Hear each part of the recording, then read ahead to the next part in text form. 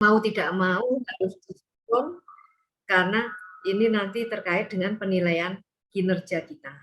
Nah, untuk itu Bapak Ibu, harapannya waktu 3 hari yang sudah kami sediakan ini bisa dimanfaatkan dengan sebaik-baiknya ya, sehingga nantinya tidak ada lagi kesulitan di dalam menyusun SKP, dan harapannya dalam menyusun SKP nanti sudah sesuai dengan aturan yang ada, ya, sudah sesuai dengan Permenpan RT nomor 6 tahun 2022 itu.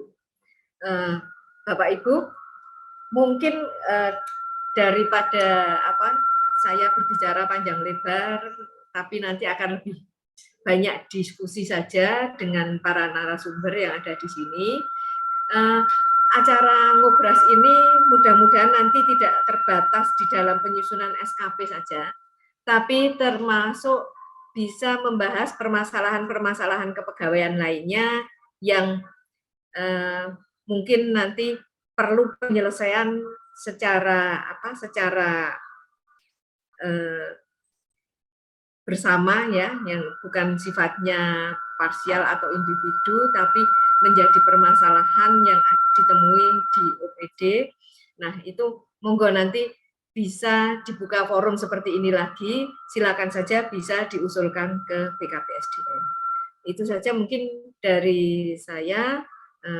Selanjutnya monggo dari narasumber Bu Febri ya, langsung saya serahkan kepada Bu Febri. Terima kasih atas perhatiannya, mudah-mudahan Ngobras 22 ini bermanfaat bagi kita semua, khususnya di dalam menangani masalah kepegawaian di Kota Pekalongan. Terima kasih. Wassalamualaikum warahmatullahi wabarakatuh.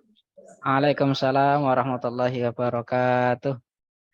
Terima kasih Ibu Anita atas sambutan dan arahannya.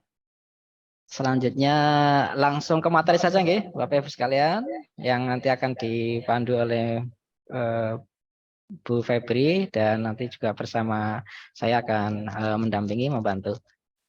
Saya kira langsung saja ke Bu Febri untuk menyampaikan materi. Kepada Bu Febri dipersilahkan. Bismillahirrahmanirrahim. Assalamualaikum warahmatullahi wabarakatuh. Terima kasih atas waktu dan kesempatannya Mas Istanto yang sudah mendampingi selama 3 hari ini ya kita mengadakan Zoom. Yang kami hormati Ibu Anita, Kepala BKPSDM Kota Pekalongan. Yang kami hormati Ibu Titik Wahyuni, Kabid PIP BKPSDM Kota Pekalongan, serta Bapak Ibu perwakilan atau mungkin secara individu yang dari yang telah menyempatkan meluangkan waktunya untuk duduk sebentar, duduk bersama, kita sharing bersama, belajar bersama terkait dengan SKP 2022 ini.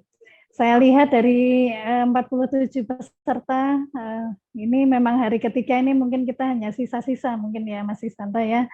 Dari kemarin kita bisa full kuota sampai 97 sampai hampir 100. Ini mungkin masih sisa-sisa dan ada beberapa yang kemarin sudah mengikuti dan bergabung kembali. Mungkin untuk bisa lebih melancarkan atau meyakinkan. Atau mungkin karena ini hari ketiga, nanti kami akan memberikan kesempatan mungkin dari peserta kalau akan ada yang berbagi atau share screen SKP yang sudah dibuat, nanti bisa kita cermati bersama-sama Bapak Ibu ya. Ya langsung saja saya akan masuk ke materi ya Bapak Ibu. Sebelumnya saya ingin dengar suaranya nih. Suara Bapak Ibu. Selamat pagi semuanya Bapak Ibu. Pagi Mbak Febri. Pagi Mbak Febri. Mudah-mudahan ini ya bisa bermanfaat untuk kita semua pada hari ini dan bisa tetap stay tune sampai akhir acara ya Bapak Ibu. Ya ini saya langsung saja masuk ke materi, saya coba sharekan dulu. Ada beberapa hal yang mungkin nanti akan saya sampaikan. Ini mungkin kita akan berbicara dulu mengenai dasar SKP 2022 ini. supaya harapan saya dengan saya menyampaikan ini, ruh dari SKP 2022 ini bisa dirasakan Bapak Ibu. Kenapa kok kita harus berganti-ganti SKP? Kenapa nggak pakai yang dulu saja nih 2011 lebih praktis? Karena di SKP 2011 mungkin untuk Bapak Ibu yang sudah familiar, itu kita hanya kurang lebih 3 lembar saja itu SKP. Yang pertama lembar sasaran, yang kedua lembar capaian, yang ketiga lembar penilaian, cukup. Nah, ini kenapa sampai ada beberapa perubahan. Jadi memang ini tahun-tahun yang sangat spektakuler Bapak Ibu di dalam pengelolaan kinerja pegawai ASN, di mana dalam 3 tahun terakhir ini kita mengalami perubahan yang sangat signifikan di dalam penyusunan sasaran kinerja pegawai. Di tahun 2011 sampai 2020 itu kita masih menggunakan format SKP versi 2011.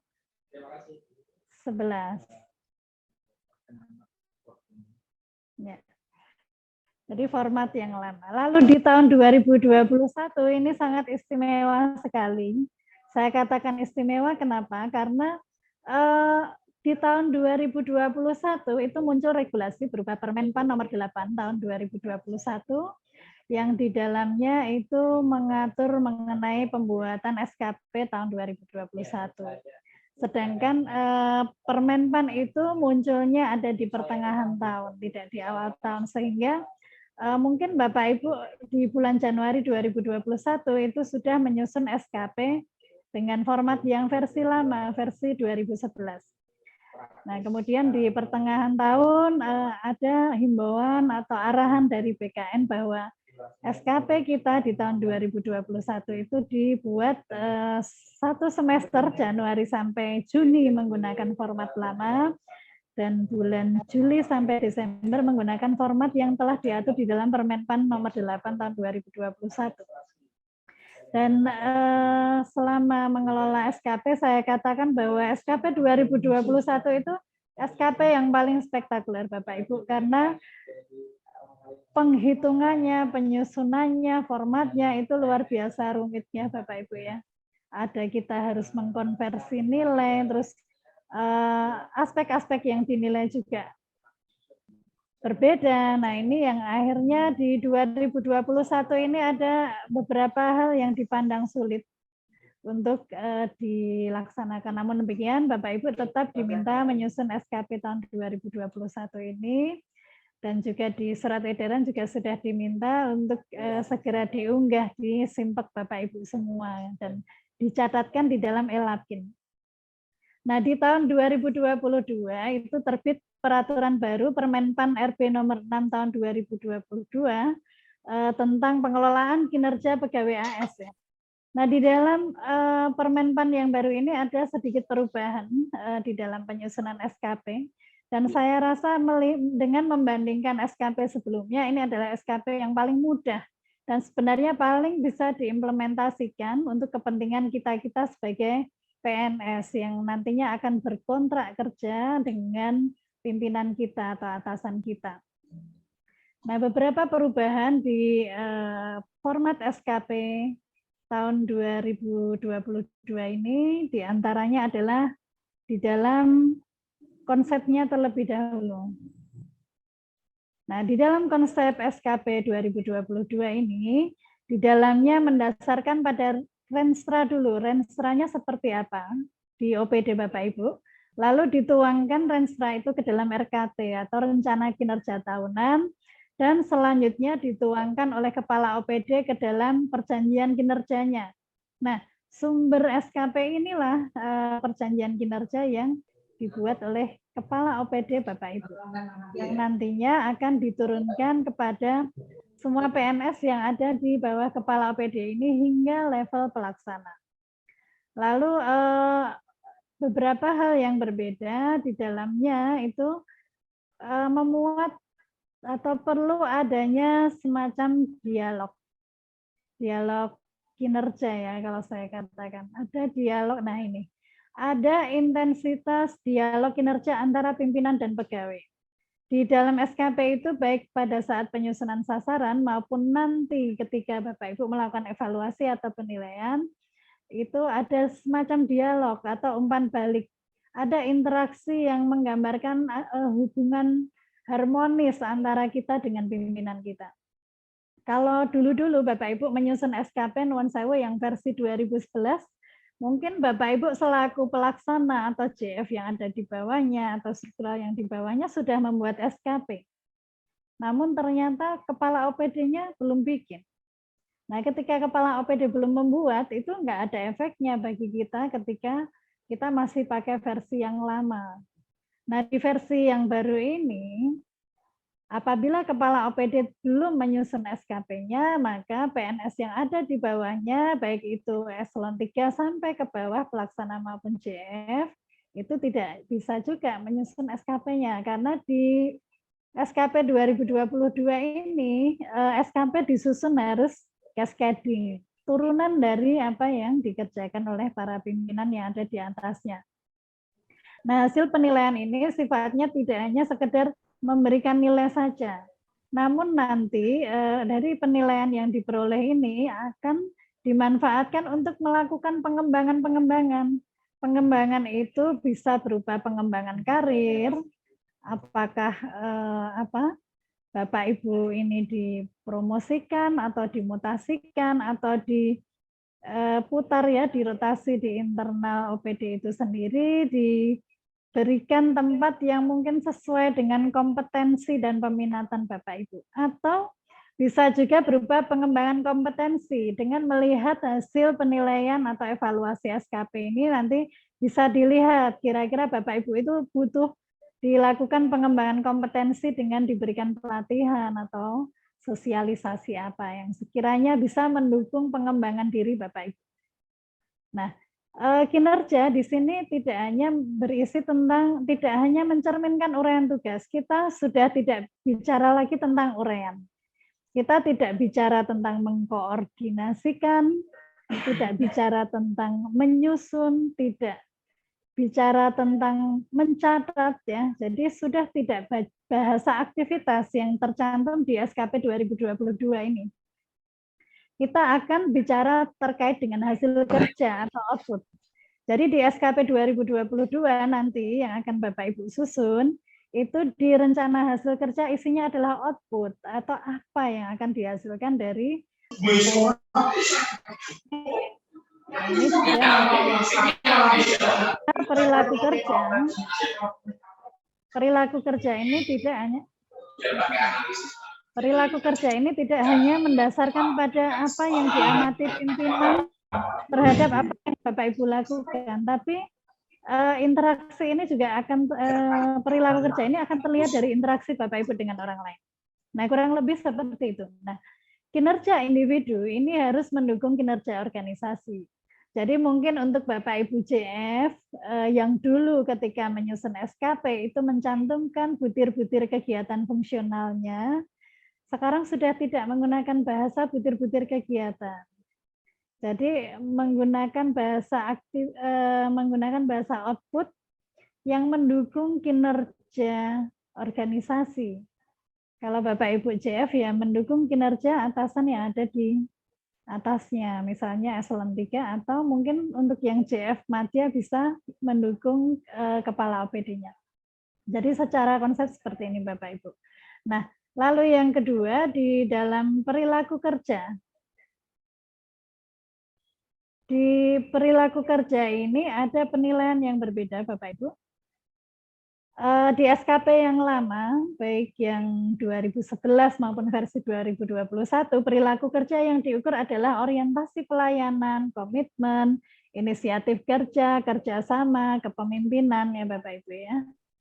Dan ada perilaku kerja yang hanya dikhususkan bagi PNS yang menduduki jabatan struktural, yaitu kepemimpinan.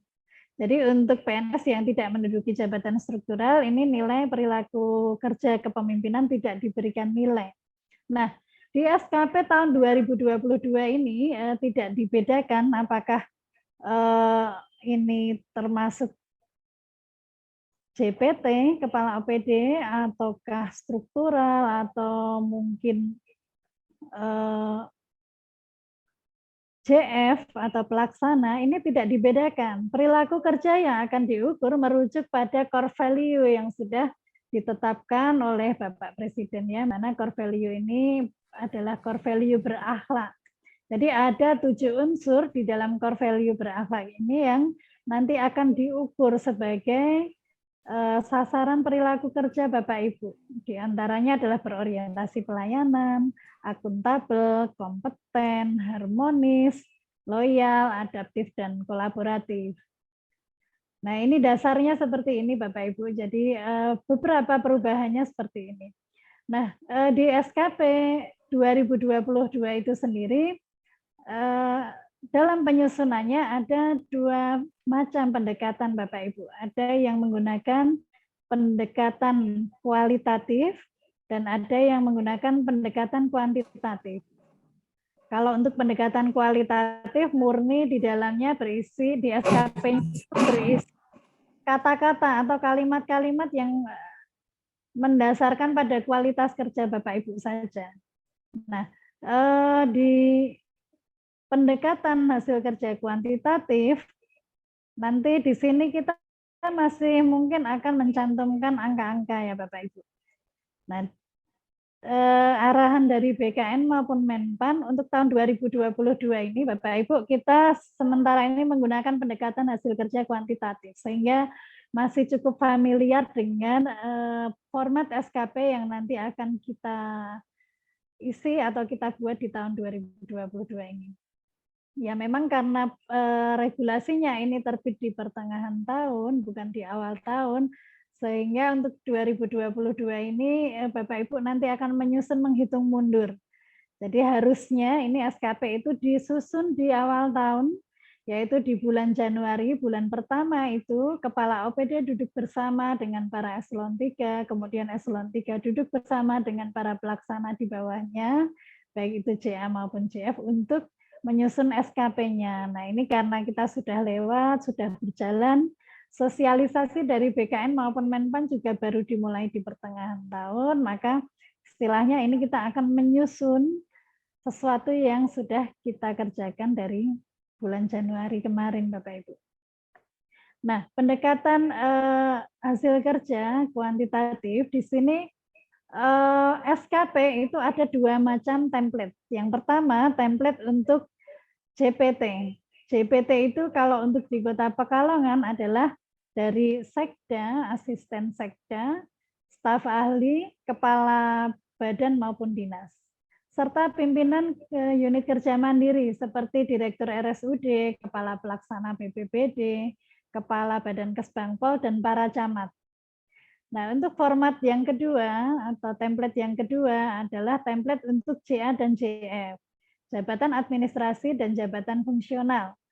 Nah, siapa saja yang akan menggunakan template JA JF itu adalah para pejabat administrasi yang ada di dalamnya. Yang pertama eselon 3 atau administrator, kemudian eselon 4 atau jabatan pengawas yaitu Kasubag, Kasi, Kabid, Kasubit. Lalu untuk pelaksana, kalau dulu istilahnya kan JFU ya Bapak Ibu, jabatan fungsional umum. Nah, ini kita sudah tidak bicara JFU tapi istilahnya jabatan pelaksana. Nah, ini yang akan menggunakan format ini. Lalu JF itu adalah JF ahli dan JF terampil yang nanti juga akan menggunakan template tersebut. Nah, sebelum saya masuk ke dalam template-templatenya, saya akan mengenalkan mungkin sekilas ini untuk yang JPT, Bapak Ibu. Apa sih perbedaannya template JPT dengan template JAJF? Perbedaannya adalah untuk JPT, ini mohon maaf saya tidak full screen ya, tidak saya fullkan, karena kalau saya fullkan nanti susah untuk geser ke slide berikutnya. Jadi di format JPT ini Bapak Ibu bisa dilihat pada layar. Di sini ada nama instansi, lalu periode penilaian, dan identitas pegawai yang dinilai, serta pejabat penilai. Kalau untuk kepala OPD dan lainnya yang setara, maka untuk pejabat penilainya adalah sekretaris daerah. Sedangkan untuk sekda sendiri penilainya adalah wali kota. Nah, di dalam template ini Yang dicantumkan di dalamnya adalah rencana hasil kerja. Rencana hasil kerja ini diperoleh dari mana? Diperoleh dari PK yang sudah disusun para JPT atau para pimpinan kerja mandiri. Jadi apa yang tercantum di dalam PK yaitu sasaran atau program ya Bapak Ibu. Kalau di PK mungkin bisa dilihat kembali bahwa PK Kepala OPD berisi sasaran dan program. Nah, mana yang akan dicantumkan di SKP? Sesuai arahan dari BKN, itu yang dicantumkan di rencana hasil kerja adalah sasaran. Sedangkan untuk program-program itu nanti dikumpulkan, dijadikan satu menjadi satu rencana hasil kerja, yaitu pengelolaan anggaran pada OPD mana, yang mungkin ada keterangannya, yang akuntabel dan dapat dipertanggungjawabkan dan sebagainya. Namun kemarin ada OPD yang saya sempat melakukan pendampingan di mana di dalamnya menyampaikan ini kami ingin mencantumkan program juga nih di rencana hasil kerja. Ini monggo kami serahkan pada kebutuhan masing-masing OPD ya Bapak Ibu, karena itu fleksibilitas SKP tahun 2022 ini menampung apa yang dibutuhkan oleh orang yang membuat SKP ini. Nah, rencana hasil kerja ini berisi tentang sasaran yang ada di PK, lalu nanti Bapak Ibu beri penjelasan atau keterangan yang menerangkan tentang sasaran itu bagaimana akan dicapai. Misalnya di sini ada contoh meningkatnya pelayanan infrastruktur perumahan dan permukiman. Mungkin di PK hanya berhenti di situ.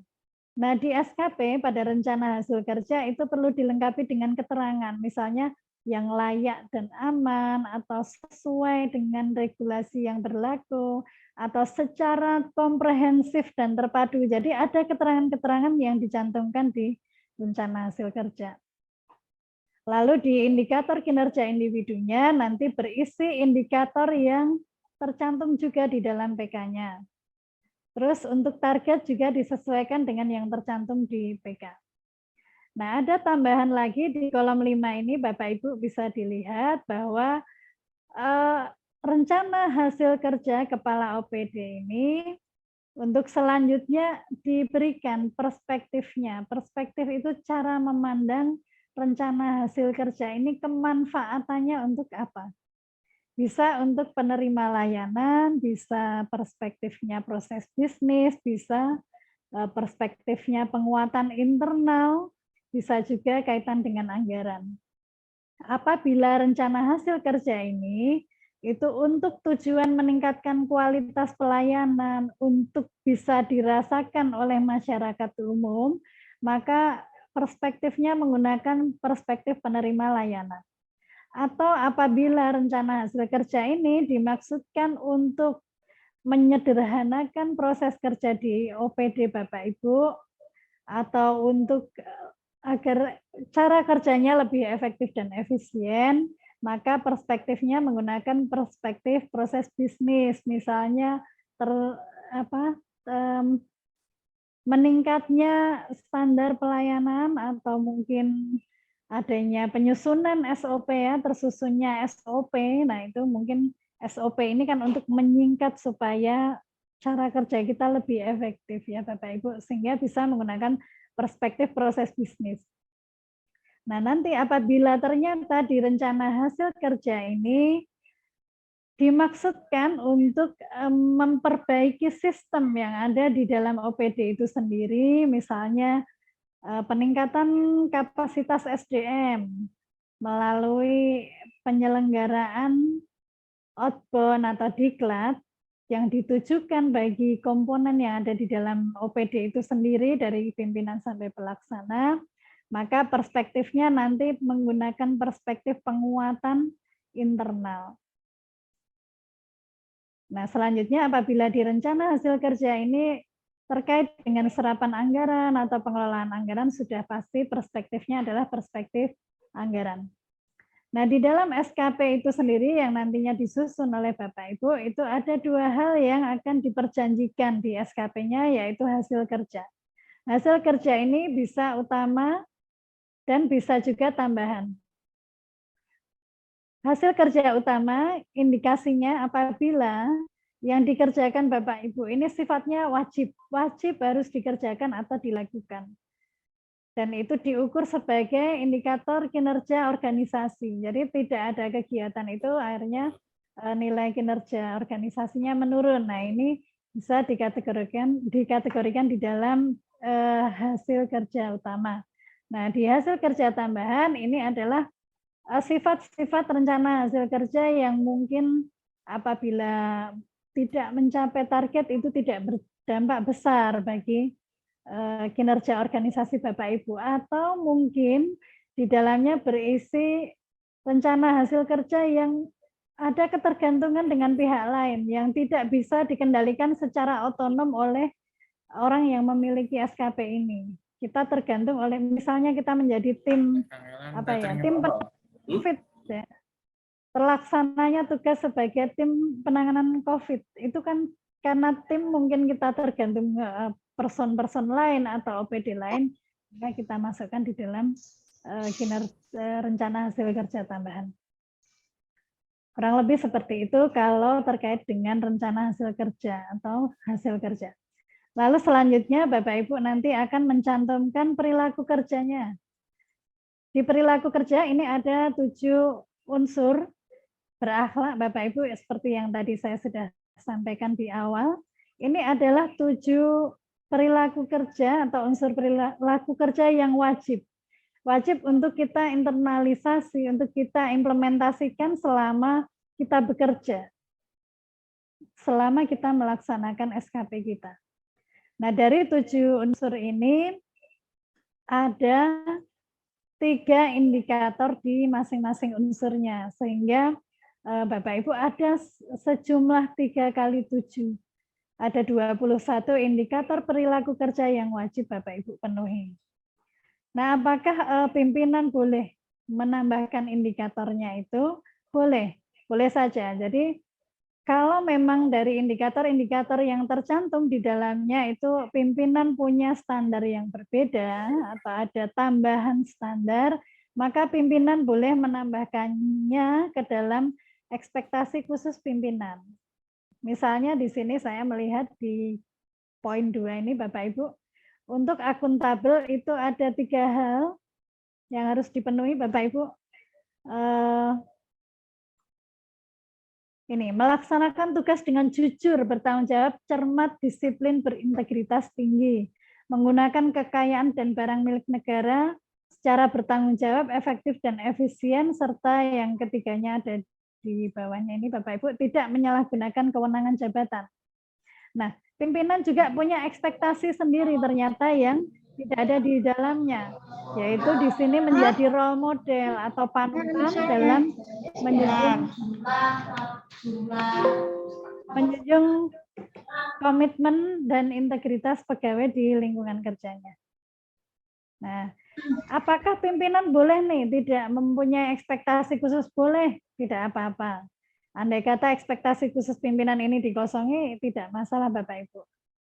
Yang penting nanti di bagian bawah Bapak Ibu di sini dicantumkan tempat, tanggal, bulan, tahun penyusunan SKP sebagaimana sudah dituangkan di dalam surat edaran sebelumnya bahwa SKP ini disusun di tanggal 3 Januari 2022, maka di sini penulisannya tempat Pekalongan 3 Januari 2022. Bagaimana kalau saya sedang tugas belajar di luar kota nih, di Jakarta atau Bandung, Jogja, Semarang, tetap untuk tempatnya Pekalongan. Karena Bapak Ibu melaksanakan tugasnya di Pekalongan. Nah, nanti SKP ini dikatakan sudah disahkan apabila sudah ditandatangani oleh pejabat penilai dan Bapak Ibu sendiri, pegawai yang dinilai. Nah, setelah tadi identitas diisikan, terus rencana hasil kerja dituangkan atau dituliskan, perilaku kerja juga sudah dilengkapi, dibubuhi tanda tangan Bapak Ibu dan pejabat penilai, selesai sudah pembuatan SKP Bapak Ibu.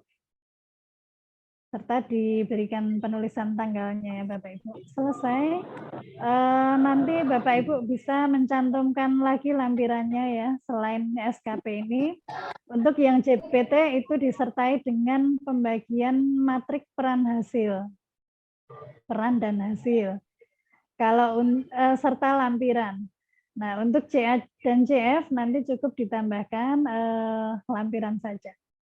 Saya akan coba contohkan untuk pembagian matrik peran hasil, Bapak Ibu, ini yang JPT. Idealnya untuk JPT itu matrik peran hasil, pembagian peran hasil itu diturunkan sampai dengan pelaksana yang paling bawah. Namun untuk di daerah tentu ini sangat gemuk sekali, sehingga minimal yang dicantumkan di dalam pembagian matrik peran hasil nanti adalah jabatan-jabatan yang ada di bawah kepala OPD atau jabatan-jabatan yang berada di bawah JPT. Di antaranya adalah sekretaris, para kabid atau kabak, lalu jabatan fungsional yang mungkin ada di bawah JPT langsung. Dalam hal ini mungkin untuk JF Madya, Bapak Ibu ya. Kalau untuk JF muda, JF pertama ini masih di bawah para pejabat eselon 3. Nah, matrik peran hasil ini nanti akan dibagi. Yang bagian atas ini adalah rencana hasil kerja pimpinan. Nah, ini akan diturunkan ke siapa saja.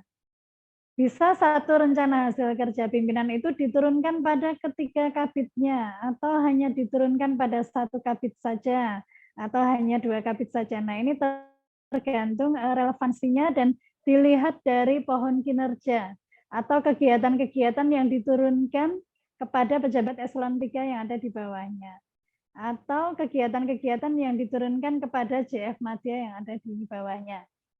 Nah, kurang lebih seperti ini untuk matrik peran hasil. Lalu untuk di lampirannya, baik JPT, JAJF, semuanya sama. Di dalam lampiran nanti mengandung 3 hal yang akan dituliskan, Bapak Ibu. Apa saja yang dituliskan di dalam lampiran SKP, yaitu dukungan sumber daya. Ya Bapak Ibu, dukungan sumber daya ini apa saja, bisa saja dukungan SDM atau dukungan pegawai, bisa dukungannya berupa sarpras yang dibutuhkan, bisa berupa aplikasi mungkin yang bisa mendukung atau memudahkan Bapak Ibu dalam bekerja, bisa juga berupa anggaran, atau butuh pelatihan ini, pelatihan kompetensi, mungkin bisa dicantumkan ya Bapak Ibu ya di dalamnya. Lalu skema pertanggungjawaban. Skema pertanggungjawaban ini berisi tentang apa atau bagaimana Bapak Ibu akan mempertanggungjawabkan hasil kerja dari yang sudah direncanakan tadi. Apakah itu berupa progres, ataukah itu berupa kegiatan, atau itu berupa laporan, atau berupa apa saja yang kira-kira Bapak Ibu bisa mempertanggungjawabkan itu. Lalu konsekuensi di sini berisi konsekuensi apabila Bapak Ibu bisa mencapai target yang sudah ditetapkan di dalam rencana hasil kerja. Atau sebaliknya, konsekuensi ini berisi sesuatu apabila Bapak Ibu tidak bisa mencapai itu. Kira-kira apa? Apakah perlu diikutkan pelatihan untuk peningkatan kompetensi, ataukah perlu adanya penyegaran, mungkin ada pekerjaan-pekerjaan atau alih jabatan yang mungkin akan membuat Bapak Ibu bisa lebih produktif atau lebih optimal di dalam pelaksanaan tugas di periode tahun SKP selanjutnya. Nah, ini untuk lampiran SKP juga sama, Bapak Ibu, dituliskan tempat, tanggal, bulan, tahun, lalu ditandatangani pegawai yang dinilai dan pejabat penilai kinerja. Nah, kurang lebih seperti itu untuk yang JPT, Bapak Ibu. Sebelum saya masuk ke SKP JAJF, mungkin dari Bapak Ibu ada yang mau ditanyakan terkait yang saya sampaikan tadi. Monggo kami buka tanya jawab, Bapak Ibu bisa raise hand atau menuliskan pertanyaannya di kolom chat. Assalamualaikum, Febri. Ya, waalaikumsalam. Monggo Bu Arista. Mau menanyakan untuk yang di JAJF dari Sekjen, tapi dan sebagainya, itu yang dimasukkan yang di RHK-nya kepala dinas ataukah indikator kepala dinas? Baik. Ya Bu, langsung saya jawab ya Ibu. Iya. Jadi untuk JAJF mungkin nanti akan saya perkuat lagi ketika saya menyampaikan materi SKP JAJF. Jadi untuk rencana hasil kerja pimpinan yang diturunkan kepada PNS yang ada di bawahnya, itu murni kata-kata rencana hasil kerja, bukan indikator.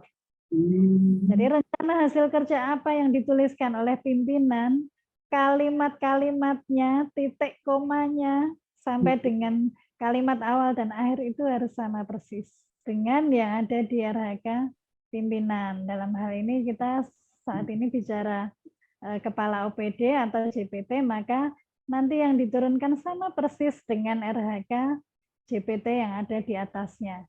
Ngaten nggih Bu Arista. Matur nuwun Mbak Febri. Assalamualaikum. Salam. Monggo apabila akan ada yang raise hand lagi Bapak Ibu. Ini sementara pertanyaan yang ada itu masih banyak yang JAJF nih Bapak Ibu. Mungkin karena pesertanya banyak yang dari JAJF. Ada pertanyaan? Monggo. Kalau tidak ada pertanyaan bisa saya lanjutkan Bapak Ibu ke SKP JAJF.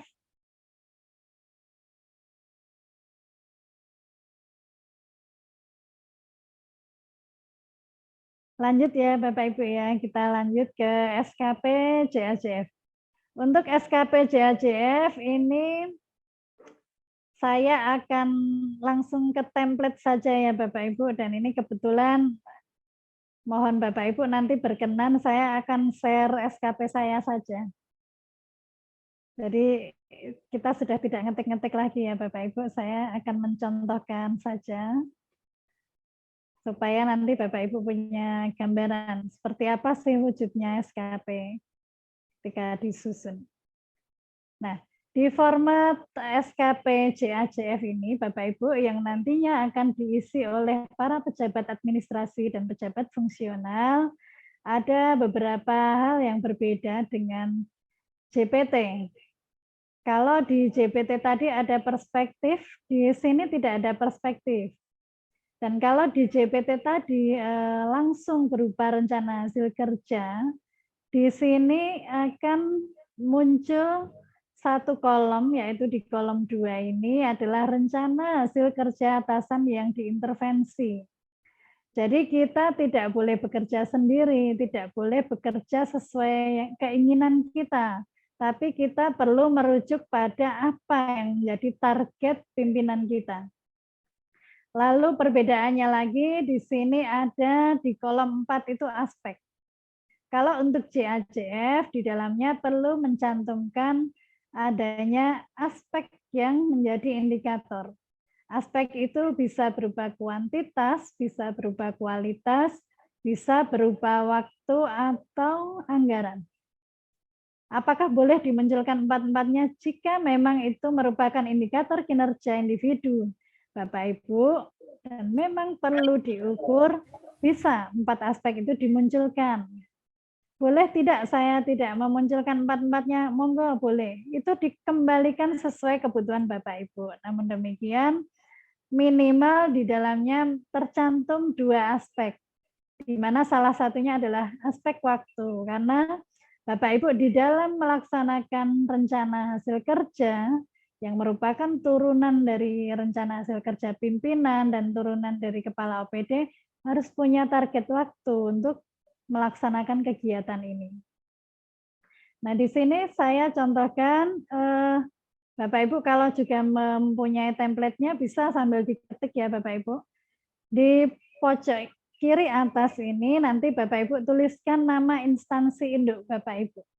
Kalau memang ada yang di sekolah-sekolah berarti instansi induknya Dinas Pendidikan. Kalau ada yang di puskesmas, maka instansi induknya adalah Dinas Kesehatan. Kalau ada yang di kelurahan-kelurahan, maka instansi induknya di sini adalah kecamatan. Jadi ini adalah instansi induk di mana Bapak Ibu berada, di mana Bapak Ibu bernaung. kemarin ada yang dari OPD lain, terus di sini tulisannya BKPSDM, itu untuk diganti ya Bapak Ibu, untuk disesuaikan. Nah, lalu di identitas pegawai yang, mohon maaf, di sebelah kanannya ini ada periode penilaian Bapak Ibu. Nanti Bapak Ibu cantumkan tanggal penilaian.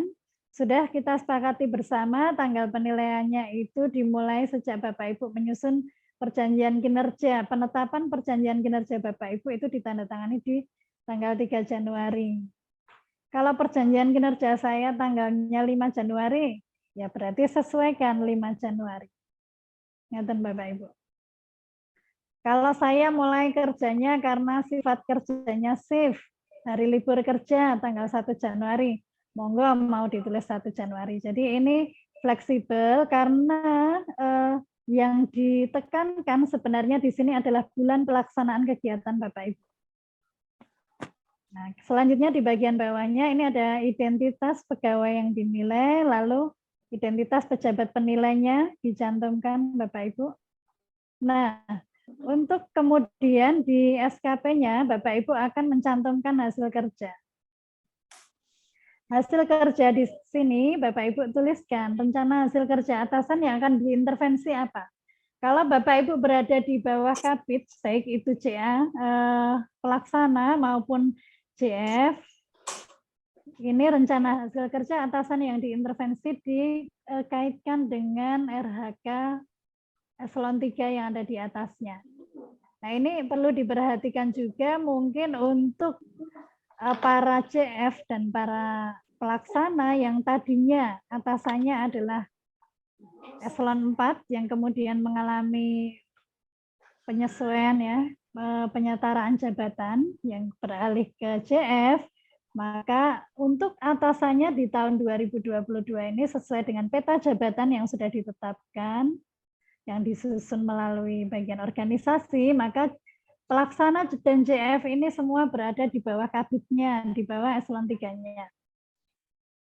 Nah, lalu untuk rencana hasil kerja, Bapak Ibu, rencana hasil kerja merupakan program-program atau pekerjaan-pekerjaan yang akan dikerjakan di bidangnya Bapak Ibu. Sudah tidak lagi untuk JF-JF ini sudah tidak lagi berbicara butir-butir angka kredit.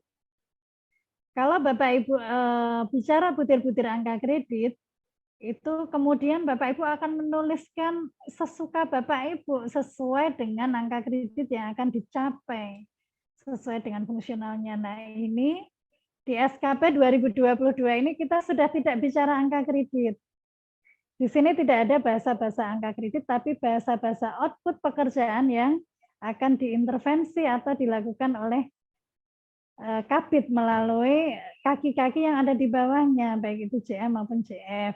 Ini saya contohkan di sini, terkelolanya penegakan disiplin ASN melalui aplikasi e-presensi yang efektif. Nah, untuk aspeknya di sini saya mengukur dari kuantitas jumlah OPD yang dikelola serta waktu, rata-rata waktu pengelolaan. Kalau memang sifat waktu pekerjaannya itu 1 bulan penuh rutin dikerjakan, Bapak Ibu bisa menuliskan 2 bulan. Tapi kalau mungkin itu kegiatan itu jelas hanya akan dilaksanakan pada 1 bulan atau 3 bulan. Itu nanti Bapak Ibu juga bisa cantumkan 1 bulan atau 3 bulan. Atau kalau perlu nanti Bapak Ibu beri penjelasan. Misalnya ini ada saya contohkan ya, penyelesaian. Nah, ini nomor 8 ini Bapak Ibu bisa dilihat pengelolaan penyelesaian kasus pelanggaran disiplin dan perceraian ASN. Di situ ada standar waktu yang diperlukan untuk menyelesaikan pekerjaan ini. Ya, rata-rata waktu yang dibutuhkan untuk penyelesaian kasus. Nah, kapan waktu yang diperlukan? Itu ada standarnya 3 bulan sejak kasus ditangani harus selesai. Kalau ternyata pada prakteknya saya menyelesaikannya 4 bulan, berarti targetnya tidak bisa saya penuhi. Nah, mungkin target ini tidak terpenuhi bisa karena sebab-sebab lain. Mungkin saya yang menunda pekerjaan, atau memang karena kasusnya terlalu rumit sehingga membutuhkan waktu yang jauh lebih lama dari standar yang ditetapkan. Seperti itu Bapak Ibu. Ini kinerja utama.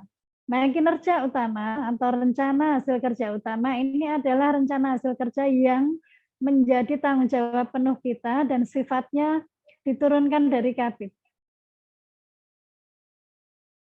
Jadi kalau tidak kita laksanakan, ini akan berdampak pada penilaian kinerja kita. Lalu ada nggak rencana hasil kerja tambahan?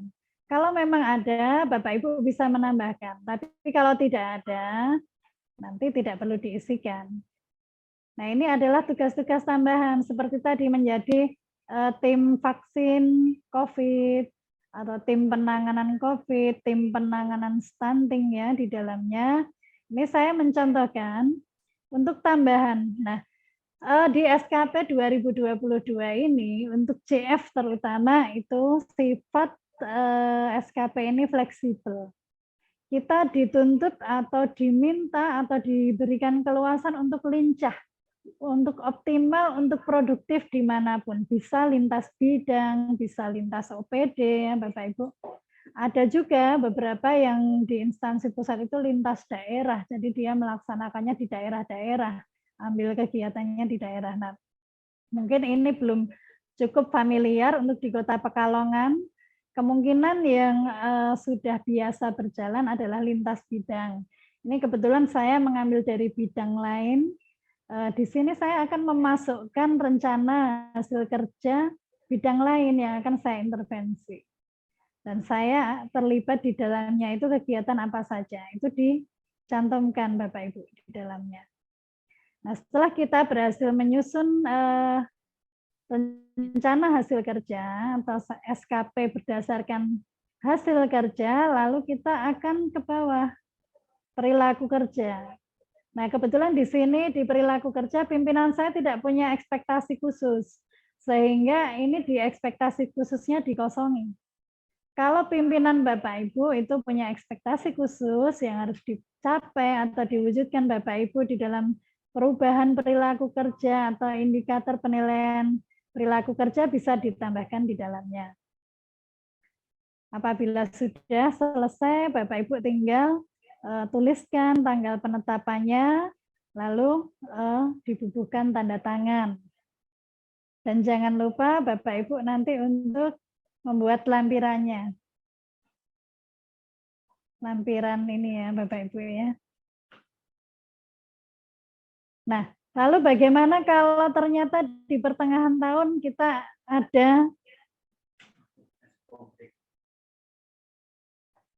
ada perubahan-perubahan nih, misal ada penambahan atau pengurangan.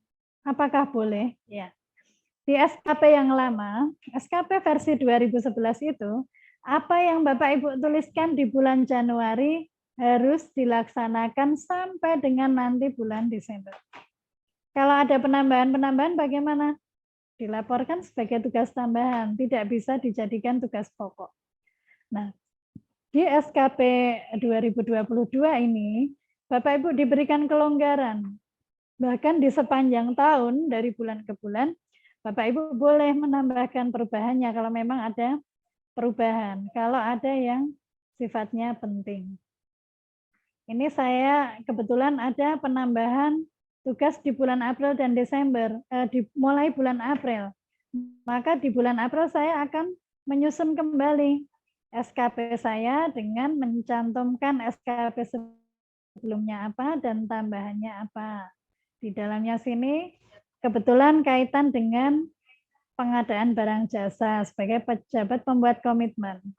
Ini tentu tidak bisa kita ambilkan dari RHK atasan kita, Kabid, karena pengadaan barang jasa itu melekat pada pengguna anggaran.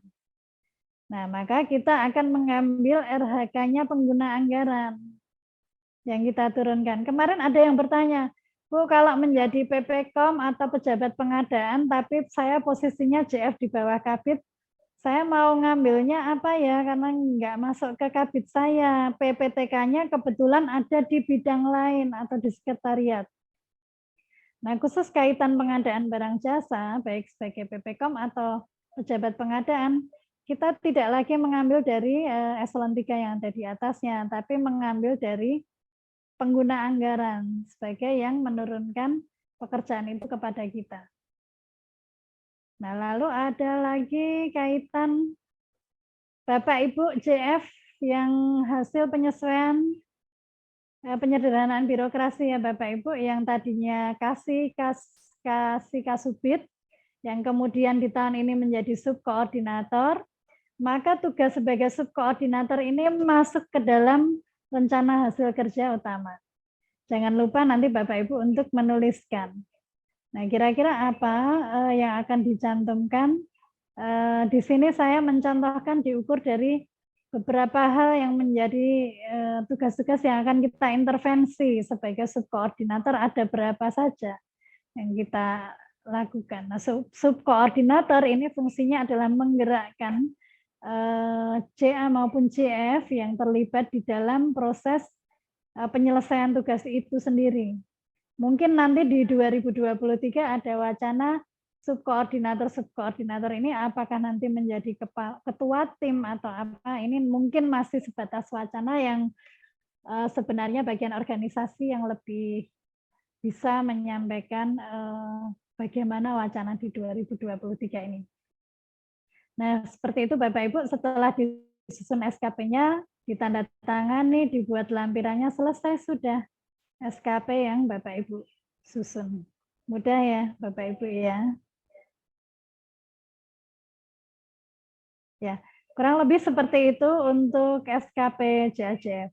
Nah, apabila ternyata di sepanjang tahun tersebut Bapak Ibu mengalami perubahan jabatan atau perubahan OPD, maka nanti Bapak Ibu untuk SKP yang sebelumnya disusun di OPD lama atau di jabatan lama dimintakan nilai.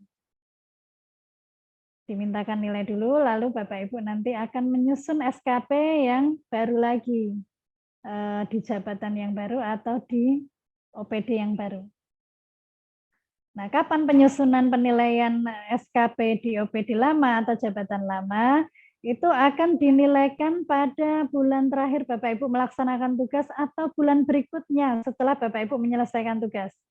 Misalnya Bapak Ibu ini menjadi sekretaris di BKPSDM bulan Januari, maka SKP-nya Januari sampai Desember sebagai sekretaris pada BKPSDM. Lalu ternyata di bulan akhir Maret atau pertengahan Maret, Bapak Ibu dialihkan ke OPD lain. Nah, maka Bapak Ibu akan menyusun SKP-nya di OPD lain itu.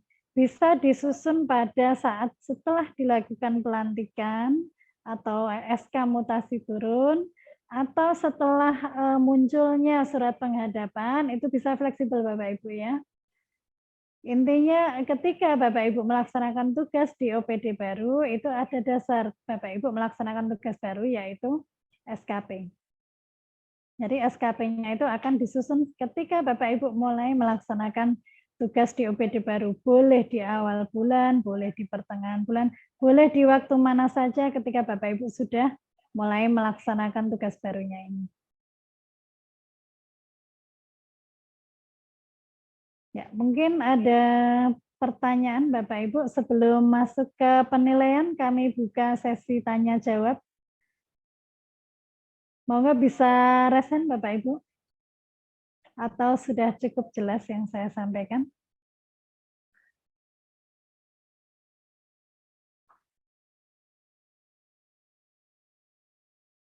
Jadi untuk di SKP Bapak Ibu, saya ulang kembali, ini ada pertanyaan, lalu yang dicantumkan butir-butir angka kredit atau bukan Bapak Ibu ya. Yang kita cantumkan adalah rencana hasil kerja yang kemudian diberi keterangan yang efektif atau sesuai regulasi, yang tepat waktu, secara optimal, yang paripurna. Jadi menerangkan apa saja yang akan dilakukan dalam rangka mencapai atau mewujudkan rencana hasil kerja itu. Jadi kita sudah tidak bicara tentang aktivitas, sudah tidak bicara tentang butir-butir angka kredit lagi di dalam SKP. Nah, Ini pasti tim penilai angka kredit Bapak Ibu semua pasti akan tahu dengan konsep SKP yang baru ini. Jadi terus bagaimana saya menuangkan butir-butir angka kreditnya, tuangkan di dalam dupak Bapak Ibu. Karena bisa jadi begini Bapak Ibu, di dalam satu rencana hasil kerja yang Bapak Ibu intervensi, yang Bapak Ibu lakukan, ternyata di dalamnya memuat lebih dari satu butir angka kredit. Misalnya seperti yang di Puskesmas, terlaksananya pelayanan pasien tingkat dasar. Nah, itu pelayanan pasien itu menjadi satu rencana hasil kerja Bapak Ibu. Tapi di dalamnya banyak butir-butirnya. Dari yang melakukan anamnesa tanya jawab, dari yang melakukan pemeriksaan awal, dari yang pencatatan rekam medik, dan lain sebagainya.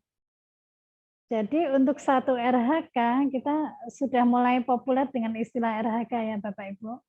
Rencana hasil kerja itu bahasa populernya RHK. Di dalam satu RHK itu mungkin Bapak Ibu bisa mendapatkan angka kredit banyak sekali. Tidak hanya satu angka kredit. Ini akan berbeda dengan SKP pola lama di mana satu kegiatan itu mengandung satu butir angka kredit saja.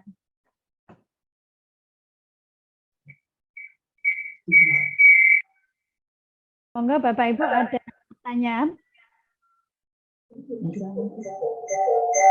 Assalamualaikum. Waalaikumsalam warahmatullahi wabarakatuh. Bisa disebutkan Bu dari siapa dan dari mana? Saya Bu Ramla Samas dari Dinas Kesehatan Kota Pekalongan. Oh, iya Bu Ramla. Selamat pagi.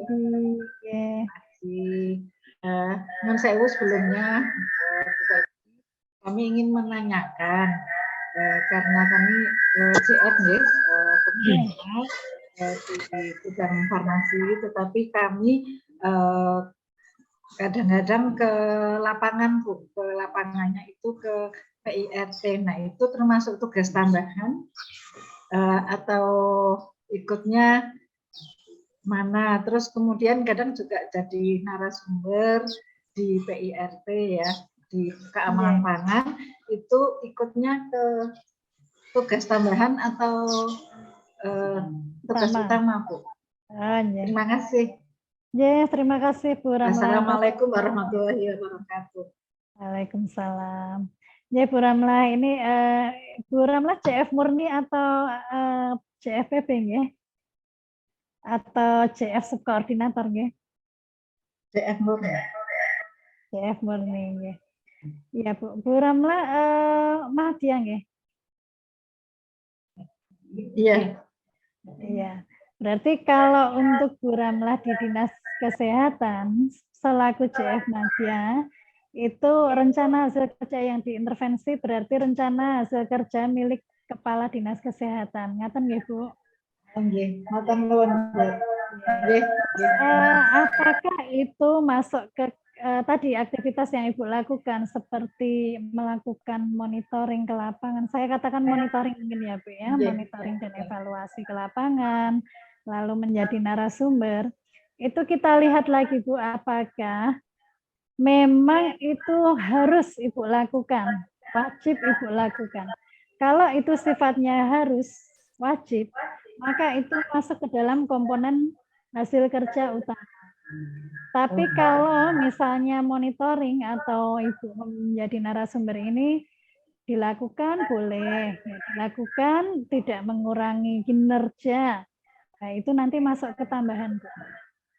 Jadi kita akan melihat dari sifat pekerjaan. Itu yang pertama. Yang kedua, melihat dari arahan pimpinan. Sebenarnya yang mengkategorikan apakah itu utama atau tambahan, salah satunya adalah pimpinan. Walaupun mungkin bagi Ibu itu ini pekerjaannya sebenarnya tambahan, saya nggak perlu melakukan itu. Tapi pimpinan di situ punya misi ya Bu ya. Kebijakan. Punya kebijakan. Ibu harus melaksanakan ini karena saya ingin ada peningkatan pencapaian di dalam pelayanan yang akan Ibu lakukan monitoring itu atau memberikan sosialisasi. Maka itu meskipun bagi Ibu nggak penting, tapi bagi pimpinan penting, masukkan ke dalam rencana hasil kerja utama. Oke. Jadi memang di dalamnya perlu ada semacam dialog atau interaksi antara ibu dengan pimpinan untuk mengelompokkan itu sebagai rencana hasil kerja dan mengkategorikan apakah itu utama atau tambahan. Ngaten gitu. Matur nuwun Bu Febri. Sama-sama. Atas pencerahannya. Monggo kami buka tanya jawab lagi, resen lagi sebelum saya menjawab yang ada di chat WA. Chat WA. Mohon maaf, chat Zoom. Ada pertanyaan Bapak Ibu? Kemarin ada yang bertanya pada saya, Bu, saya kan sudah pindah, terus mau ketemu sama pimpinannya susah di OPD lama. Kalau yang tanda tangan, semuanya pimpinan yang di OPD baru boleh enggak? Ini kita bicara kontrak kerja ya Bapak Ibu. Sasaran SKP ini kontrak kerja kita dengan pimpinan kita. Sepanjang pimpinan itu masih bisa kita hubungi, kita masih bisa interaksi, ya tetap itu menjadi kewajiban Bapak Ibu dengan pimpinan untuk menyusun SKP-nya itu. Ini akan sedikit berbeda ketika ternyata mungkin pimpinannya sakit keras atau meninggal atau sudah pindah keluar kota yang Bapak Ibu susah menjangkau, ya. Mungkin bisa diwakilkan pada orang-orang yang diberi kewenangan oleh pimpinan Bapak Ibu. Jadi tidak bisa kita asal minta pada yang mudah dimintai tanda tangan. Tetap kita harus kembali pada ranah-ranah siapa pimpinan Bapak Ibu. Tetap harus kembali pada rambu-rambu yang ada di peta jabatan di masing-masing OPD Bapak Ibu. Ada pertanyaan lagi Bapak Ibu?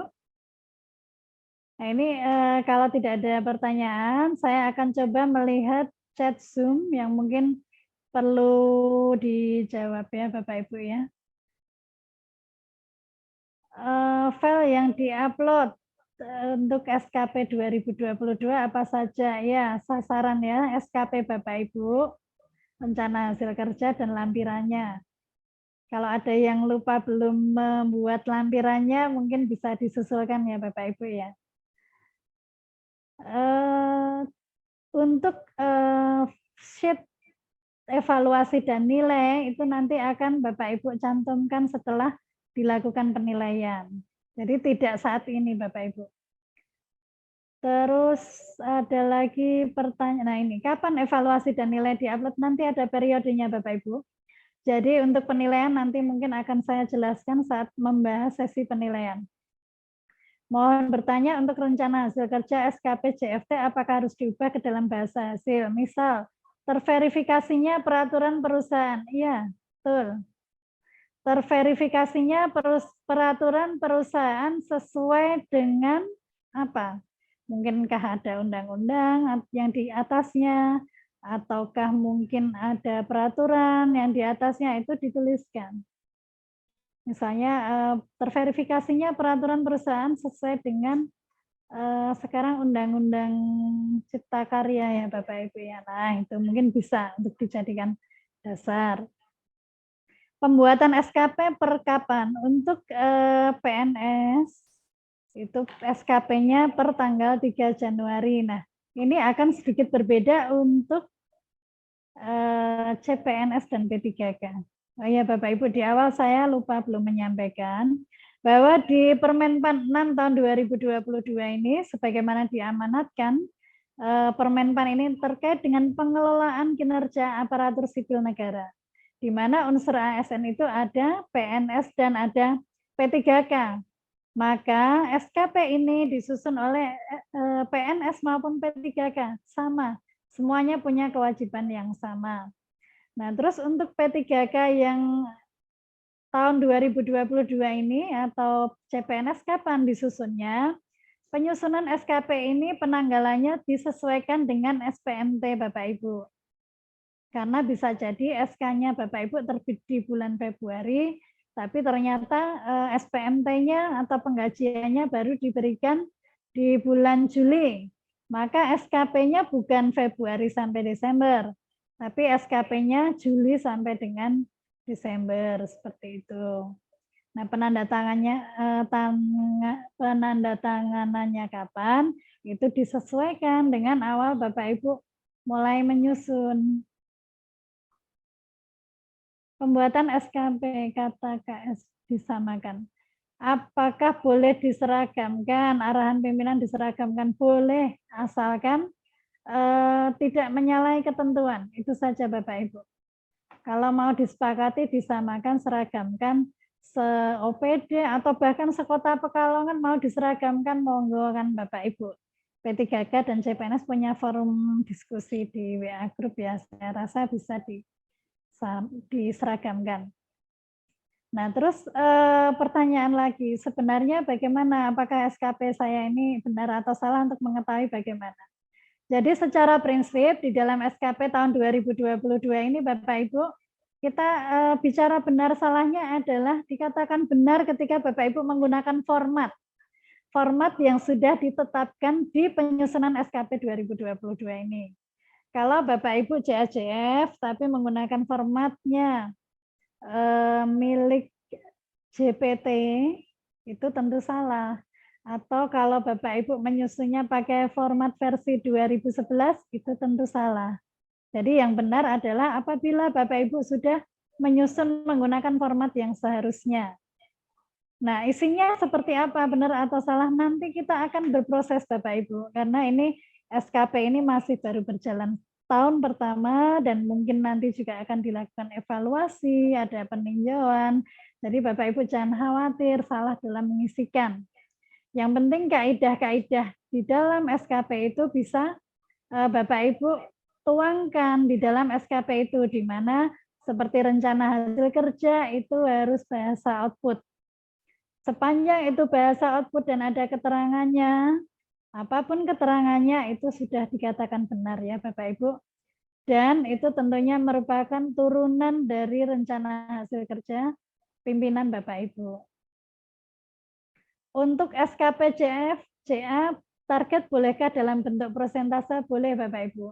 Persentase itu bisa menggambarkan kuantitas, bisa juga menggambarkan kualitas kerja.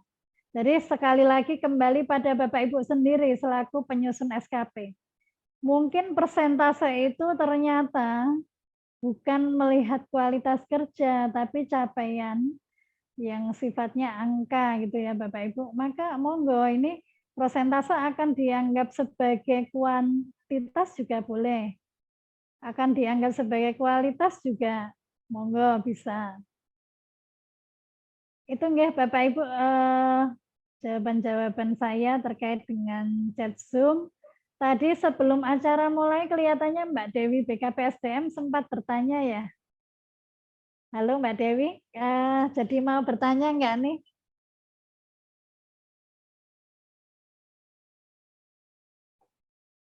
Ya Bapak Ibu, ini di kolom chat ada daftar hadir dan materi, nanti Bapak Ibu bisa lengkapi, mohon bantuannya untuk mengisi daftar hadirnya. Serta yang belum menggunakan background mungkin bisa mengunduh backgroundnya ya Bapak Ibu. Mbak Dewi tidak jadi bertanya? Kalau tidak jadi bertanya, saya akan melanjutkan pada materi penilaian Bapak Ibu. Di materi penilaian ini, baik JPT maupun JAJF itu kurang lebih sama. Jadi karena mayoritas peserta di sini adalah JAJF, saya akan menggunakan template-nya JAJF nih Bapak Ibu untuk menyampaikan materi terkait dengan penilaian. Nah, untuk penilaian, jadi nilai ini kapan diberikan? Nilai ini diberikan bisa pada akhir tahun atau jika Bapak Ibu ternyata mengalami perpindahan atau perubahan jabatan, maka nilai ini diberikan pada akhir Bapak Ibu menjabat pada jabatan lamanya, baik pada bulan terakhir menjabat maupun 1 bulan berikutnya. Nah, untuk penilaian pada template tersebut Bapak Ibu bisa buka pada sheet evaluasi. Nah, di sheet evaluasi ini akan muncul lembar evaluasi rencana hasil kerja Bapak Ibu. Nah, berdasarkan amanat Permenpan 6 2022, penilaian ini bisa dilakukan yang sifatnya bulanan, triwulan, semester maupun tahunan, Bapak Ibu. Ada beberapa kementerian ini yang sudah menerapkan di kementerian itu penilaiannya di tiap bulan selalu ada nilai. Ada juga yang per semester. Nah, untuk Kota Pekalongan sendiri, Bapak Ibu, karena ini juga sifatnya masih baru dan nanti mungkin setelah familiar juga ada kebijakan yang lain, itu nanti untuk penilaiannya setahun sekali ya Bapak Ibu, bisa dinilaikan di akhir tahun. Jadi untuk penilaian tahun 2022 ini nanti dinilaikan di Desember 2022 atau 2022 atau Januari 2023 minggu pertama sebelum Bapak Ibu memulai SKP tahun 2023. Nah, pada template ini sudah terkoneksi dengan halaman sasaran ya Bapak Ibu. Jadi kalau Bapak Ibu sudah menuliskan instansi, periode penilaian, nama pegawai dan pejabat penilai, ini secara otomatis akan muncul di dalam sheet ini. Hanya saja nanti ketika Bapak Ibu ternyata di akhir tahun atau akhir penilaian ada perubahan nama pejabat penilai, ada perubahan instansi, tentu ini perlu ada penyesuaian-penyesuaian Bapak Ibu. Nah, di dalam penilaian atau evaluasi SKP ini ada 3 hal yang akan dinilaikan. Yang pertama, capaian kinerja organisasi. Yang kedua, capaian hasil kerja atau rating hasil kerja. Dan yang ketiga adalah capaian perilaku kerja atau rating perilaku kerja. Saya akan masuk ke capaian kinerja organisasi. Capaian kinerja organisasi ini tidak tergantung pada personal atau tidak tergantung pada OPD di mana berada. Tapi ini sangat tergantung pada nilai yang dicapai oleh pemerintah Kota Pekalongan. Nilai ini dari mana bisa, mungkin nanti bagian organisasi bisa membantu di dalam menentukan capaian kinerja organisasi ini. Karena nilai ini bisa dari Menpan atau Mendagri atau kementerian-kementerian atau instansi atau institusi lain yang memiliki kewenangan untuk memberikan penilaian terhadap kinerja pemerintah Kota Pekalongan.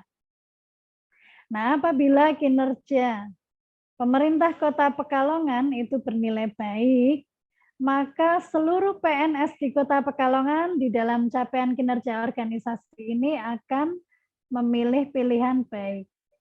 Nah, template ini sudah rumus Bapak Ibu, jadi mohon untuk tidak diotak-atik.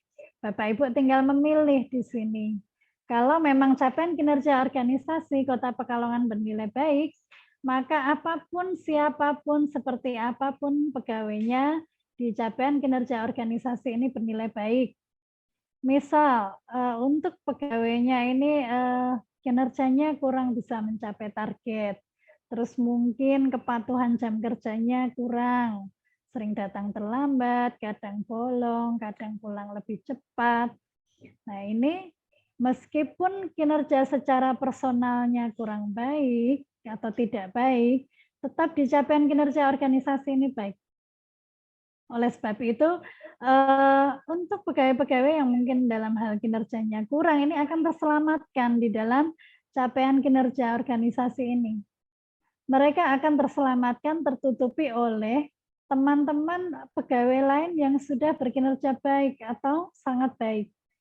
Nah, di dalam distribusinya, kalau kinerja organisasi pemerintah Kota Pekalongan ini baik, maka akan didominasi oleh pegawai-pegawai yang memiliki nilai capaian atau predikat baik dan sangat baik. Jadi untuk pegawai-pegawai yang sangat kurang atau kurang, itu akan tertutupi oleh teman-temannya yang baik atau yang sangat baik. Nah, apabila ternyata capaian kinerja organisasinya istimewa, nah maka distribusinya akan didominasi oleh pegawai-pegawai yang sangat baik, yang mungkin predikat dan prestasinya melejit, banyak berinovasi ya. Ini digambarkan misalnya apabila Kota Pekalongan ini banyak memperoleh penghargaan, selalu dijadikan pilot project, jadi percontohan, jadi rujukan untuk ditiru oleh daerah-daerah lain. Nah, ini bisa kita dan nilai yang diberikan oleh kementerian terkait itu istimewa, kita bisa berada pada pilihan istimewa, di mana kalau kinerja organisasi istimewa, maka banyak sekali pegawai-pegawai yang predikat kinerjanya baik dan sangat baik. Jadi ini aspek-aspek yang tidak bisa dikendalikan oleh OPD maupun PNS-nya sendiri. Ini sangat tergantung bagaimana nilai yang diperoleh oleh pemerintah Kota Pekalongan. Lalu selanjutnya, di dalam evaluasi ini kita akan melihat hasil kerja Bapak Ibu. Jadi apa yang sudah Bapak Ibu tuangkan di dalam SKP sebelumnya, yang sudah Bapak Ibu susun, nanti di-copy saja, dipindahkan ke sini Bapak Ibu, sama persis dari kolom 1 sampai dengan kolom 4.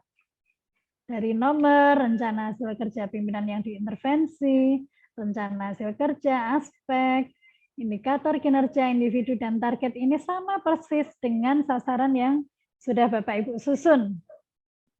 Nah, yang sedikit membedakan, mohon maaf ini ada kesalahan penulisan kolom ya, harusnya ini kolom 5. Saya akan menyebutnya kolom 6 saja ya Bapak Ibu, karena ini sesuai dengan template yang ada dari BKN. Saya tidak berani merubah-rubah Bapak Ibu. Nah, realisasi berdasarkan bukti dukung. Kalau ternyata target Bapak Ibu 80% pegawai menyusun SKP dengan tepat waktu. Ternyata yang dicapai di realisasinya setelah dihitung itu tidak tercapai 80%, mungkin hanya 75%. Karena adanya beberapa alasan, mungkin ada yang meninggal, ada yang sakit, ada yang pindah gitu ya Bapak Ibu ya. Nah, ini kita akan menyandingkan antara target dan realisasi.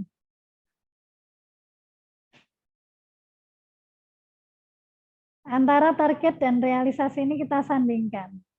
Kalau dulu di SKP yang lama, ketika realisasi kita berada di bawah target, itu tentu akan mengurangi nilai yang kita peroleh. Nah ini di dalam evaluasi maupun penilaian kita sudah tidak bicara angka Bapak Ibu, kita akan bicara nanti kualitas atau predikat. Jadi kita tidak membandingkan angka, bukan 75% dibagi 80% berapa nilai capaiannya, tidak. Di sini kita akan menyandingkan atau membandingkan ya Bapak Ibu. Lalu misal nih di sini 85%. Terus di sini ternyata realisasinya hanya 80%. Ini kalau kita melihat kasat mata dari angkanya itu jelas terlihat tidak mencapai target Bapak Ibu. Tapi di sini kalau tidak mencapai target ternyata belum tentu orang itu kinerjanya tidak baik.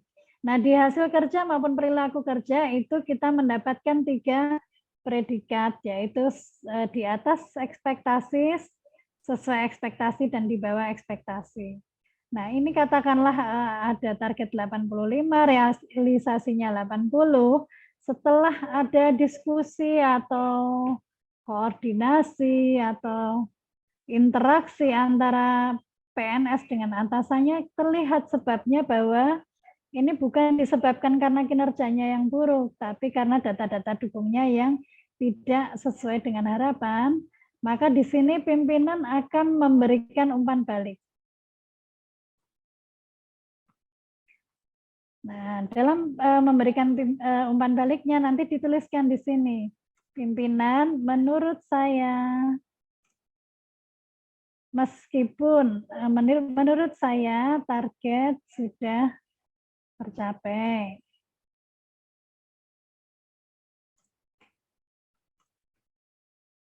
Capai dan sesuai ekspektasi. Meskipun, nah di sini ada penjelasannya, meskipun realisasinya di bawah target. Nah, kenapa seperti itu? Hal ini karena adanya kendala lain yang tidak dapat diintervensi oleh pegawai yang bersangkutan misalnya. Nah, apakah setiap rencana hasil kerja perlu diberikan umpan balik? Ya, disinilah nanti yang pimpinan itu akan agak sedikit capek karena harus memberikan umpan balik. Jadi semua rencana hasil kerja harus diberikan umpan balik oleh pimpinan. Kalau malas nulis panjang-panjang misalnya, boleh pimpinan hanya menulis, menurut saya ini sudah sesuai ekspektasi, titik, selesai. Itu kalimat umpan balik yang paling singkat dan paling memenuhi apa yang menjadi kewajiban pimpinan. Tetap pimpinan harus memberikan umpan balik. Jadi yang paling sederhana ya, menurut saya target sudah sesuai ekspektasi. Menurut saya target belum sesuai ekspektasi atau di bawah ekspektasi atau di atas ekspektasi. Nah, dari umpan balik yang diberikan oleh pimpinan terhadap rencana hasil kerja kita, itu tinggal dilihat dominan atau mayoritasnya apa. Kalau mayoritas sesuai ekspektasi, dari misalnya ada sekitar 10 rencana hasil kerja, yang 7 sesuai ekspektasi, yang 1 di atas ekspektasi, yang 2 di bawah ekspektasi, maka pimpinan di sini akan mengambil yang mayoritasnya apa. Lalu akan membubuhkan rating hasil kerjanya. Oh, karena mayoritas sesuai ekspektasi, maka di sini saya akan pilih sesuai ekspektasi. Nah, begitu juga dengan perilaku kerja. Perilaku kerja ini pimpinan juga harus memberikan umpan balik, lalu dari umpan balik itu dilihat dominan atau mayoritasnya apa. Kalau memang lebih banyak yang sesuai ekspektasi, maka di sini akan diklik sesuai ekspektasi. Nah, setelah Bapak Ibu tadi memilih untuk nilai kinerja organisasi, rating hasil kerja, rating perilaku kerja sudah Bapak Ibu pilih, itu secara otomatis predikat ini akan muncul Bapak Ibu. Jadi ini tidak diketik. Ini sudah bagian dari rumus yang ada di template ini, sehingga jangan diotak-atik. Di mana predikat kinerja pegawai ini bisa Bapak Ibu lihat di kuadran ini Bapak Ibu. Untuk kuadran dan pola distribusi serta sheet lainnya mohon untuk tidak diotak-atik Bapak Ibu. Jadi di kuadran ini Bapak Ibu bisa mendapatkan 5 jenis predikat. Ada sangat baik, baik, butuh perbaikan, kurang, dan sangat kurang. Nah, lalu bagaimana predikat yang seharusnya? Predikat seharusnya adalah yang sesuai dengan kondisi pegawai yang sebenarnya. Kalau memang dia kurang baik di dalam perilaku kerjanya atau hasil kerjanya, ya sudah Bapak Ibu tuliskan apa adanya di predikatnya. Sehingga nanti dari predikat itu kita bisa tahu, ini pegawai ini supaya lebih produktif dan lebih optimal, itu perlu dilakukan apa. Jadi ada beberapa yang mungkin sempat menyampaikan ke BKPSDM, ini ada pegawai di OPD kami, kinerjanya kurang, mohon untuk dialihkan ke tempat lain. Ketika kami mintai SKP-nya mana, SKP-nya bernilai baik. Ini susah sekali untuk menjadi data dukung Bapak Ibu semua.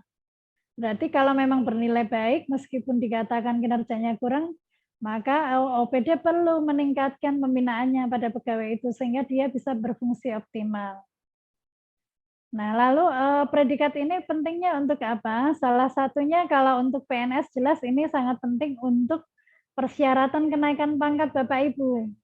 Karena di dalam usulan kenaikan pangkat nanti Bapak Ibu perlu mencantumkan SKP-nya di mana SKP ini minimal bernilai baik. Nah, kalau nilainya butuh perbaikan berarti belum bisa diusulkan untuk kenaikan pangkat pada periode itu. Dia bisa diusulkan untuk periode kenaikan pangkat berikutnya setelah dia mendapatkan penilaian baik. Seperti itu nggih Bapak Ibu nggih. Nah, kapan nilai ini diberikan? Nilai ini akan diberikan di akhir bulan kita bekerja, yakni di bulan Desember, berarti tanggal 31 Desember, atau di minggu pertama bulan pada tahun berikutnya. Nah, ini kami kecualikan mungkin untuk Bapak Ibu yang nanti akan diusulkan kenaikan pangkat di periode April 2023, maka untuk SKP-nya tertanggalnya 31 Desember 2022 supaya nanti bisa untuk memenuhi persyaratan kenaikan pangkatnya. Nah, penilaian untuk JPT, JA maupun JF sama seperti tadi, yaitu memuat kinerja organisasi ya Bapak Ibu ya, capaian kinerja organisasi, lalu rating hasil kerja dan rating perilaku kerja. Nah, lalu muncul predikat ini akan muncul ke sheet nilai. Ini sudah secara otomatis terkoneksi dengan sheet sebelumnya Bapak Ibu. Kalau Bapak Ibu predikat kinerjanya baik, di sini akan tertulis baik. Kalau Bapak Ibu kinerjanya mendapatkan predikat sangat baik, di sini secara otomatis akan tertulis sangat baik. Nah, SKP ini dikatakan penilaiannya sudah tuntas atau sudah selesai ketika Bapak Ibu sudah mendapatkan nilai evaluasi dan di cover atau sheet nilai ini sudah terisi, sudah dibuat lalu dibubuhkan tanda tangan pejabat penilai dan pegawai yang dinilai serta dibubuhkan stempel pada pejabat penilai kinerjanya. Nah, sampai di sini nilai Bapak Ibu selesai, tinggal di PDF-kan. Nanti ketika ada himbauan atau edaran Bapak Ibu untuk mengunggah nilai SKP 2022 itu tinggal diunggah. Nah, diunggahnya apakah hanya nilainya? Tidak, Bapak Ibu. Nanti untuk penilaian sama seperti penilaian-penilaian sebelumnya yang diunggah dari sasaran, lampiran, serta evaluasi dan nilai yang diperoleh Bapak Ibu. Ya, mungkin seperti ini Bapak Ibu, barangkali nanti ada yang terlewat dari yang saya sampaikan, bisa kita perdalam lagi di dalam tanya jawab ya Bapak Ibu. Monggo kami buka sesi tanya jawab Bapak Ibu.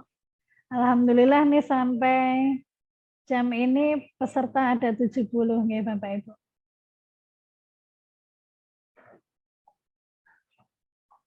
Ya. Saya sambil menunggu ada yang raise hand, saya akan coba jawab ya di chat Zoom.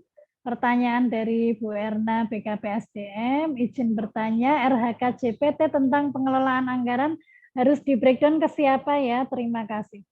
Jadi untuk RHK JPT, Bapak Ibu sudah kita sepakati dan kemarin kami konsultasikan ke PKN. Untuk RHK pengelolaan anggaran, nanti di breakdown-nya ke sekretaris atau sekretariat.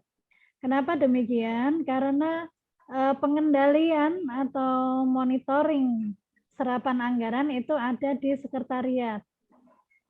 Kenapa kok ini di breakdown ke sekretaris? Karena diharapkan ketika di breakdown ke sekretaris, nanti sekretaris punya kewenangan untuk melakukan penekanan-penekanan kepada para PPTK, dalam hal ini para Kabid, untuk bisa sesegera mungkin mencapai target yang sudah diperjanjikan.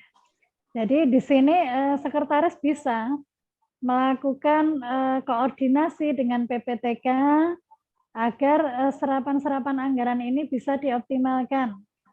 Misalnya ternyata pada triwulan ketiga itu ditargetkan sudah terserap anggaran 70%.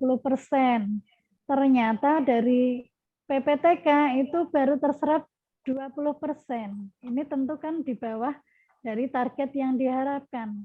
Nah, sekretaris atau nanti melalui Kasubag Renval Keuangan itu bisa menyampaikan pada para PPTK ini untuk segera mengoptimalkan serapan anggarannya. Lalu pengelolaan anggaran ini diturunkan ke siapa lagi selain sekretaris? Bisa diturunkan kepada pejabat pembuat komitmen jika pejabat pembuat komitmen ini bukan pengguna anggaran, bukan kepala OPD.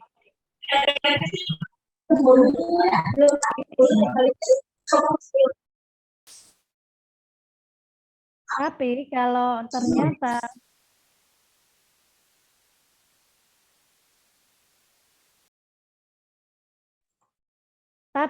ternyata pengguna anggaran atau kepala OPD ini tidak merangkap sebagai pejabat pembuat komitmen, ini akan di breakdown RHK-nya ke pejabat pembuat komitmen, baik itu eselon 3 maupun JF. Tentunya ini di breakdown kepada orang yang mendapatkan SK penunjukan sebagai pejabat pembuat komitmen atau pejabat pengadaan, serta memiliki syarat dan ketentuan yang berlaku bersertifikat. Seperti itu nggih, Bu Erna jawabannya. Lalu ya tadi Mbak Dewi saya panggil-panggil nggak ada suaranya. Ternyata ada Bu Nyun ya. Sewu. Sebenarnya yang saya tanyakan, Oh iya. bisa Pak, langsung Pak Bu. Langsung ya, monggo. Nyun Sewu, Assalamualaikum. Yang saya tanyakan adalah rencana hasil kerja atasannya diintervensi itu apakah sama dengan teman saya yang sama-sama JF gitu. Oh iya, ini kebetulan JA apa? Mbak JA. Ya, sama-sama JA ya. Iya, karena kebetulan kan sama-sama di TU ya. Iya. Iya, di Umpek, mohon maaf. Ya. Di Umpek. Ya, jadi di 2 pertemuan sebelumnya juga sudah sempat saya singgung. Ini memang ada karakteristik yang unik karena di umum dan kepegawaian itu pekerjaannya orang umum. Ya, karena saya pernah di Umpek ya. Pekerjaannya banyak sekali, baik yang terkait dengan anggaran maupun non-anggaran. Nah, di RHK Kasubag Umpek itu tercantum sub-sub kegiatan yang memuat anggaran-anggaran.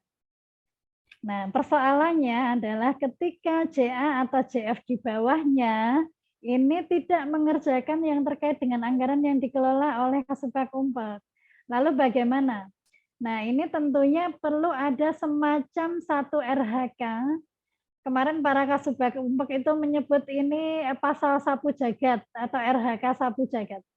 Jadi ada satu RHK yang nanti bisa menjadi cantolan atau cascading para JA-JF yang ada di bawahnya, yaitu pengelolaan kegiatan administrasi umum dan kepegawaian yang terukur atau yang dapat dipertanggungjawabkan atau yang akuntabel. Nah, untuk para JA-JF yang tidak terkait dengan anggaran-anggaran, bisa nyantolnya di yang sapu jagat tadi, di RHK sapu jagat tadi Mbak Dewi. Jadi mungkin Mbak Dewi dan JA atau JF lain yang ada di bawah Kasubag Umpek bisa mengambil itu semua. Ini berlaku juga tidak hanya pada pelaksana, tidak hanya pada JF yang ada di bawahnya.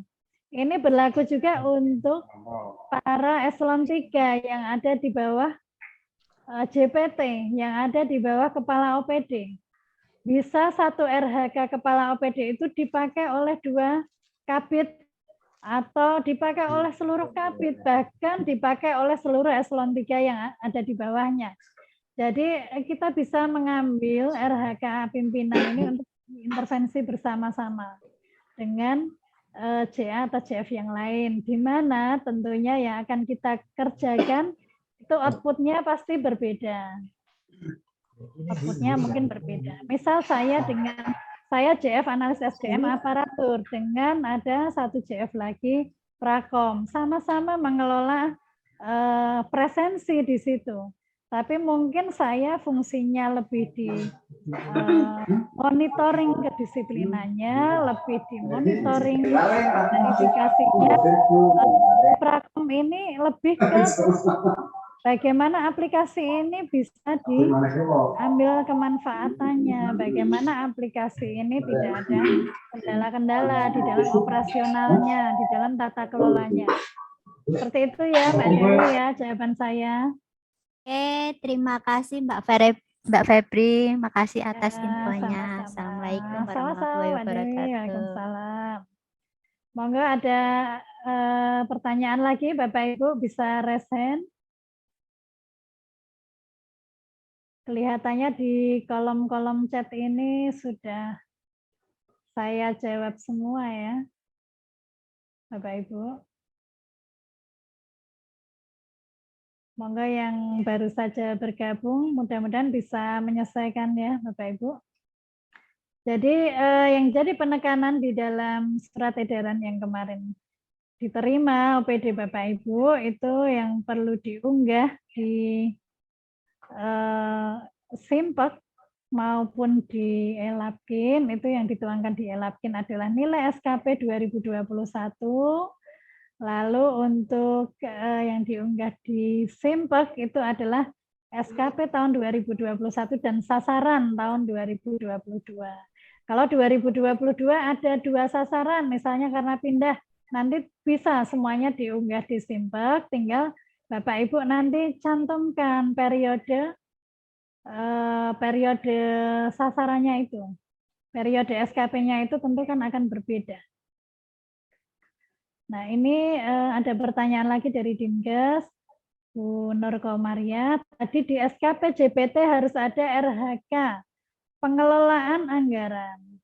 Dan apakah nanti PK-nya JPT juga harus ditambahi tentang RHK anggaran? Ya, kalau di PK, nuwun sewu Bu, ini kami sedikit mengintervensi, sebenarnya ini kewenangan bagian organisasi untuk menjelaskan PK. Ya.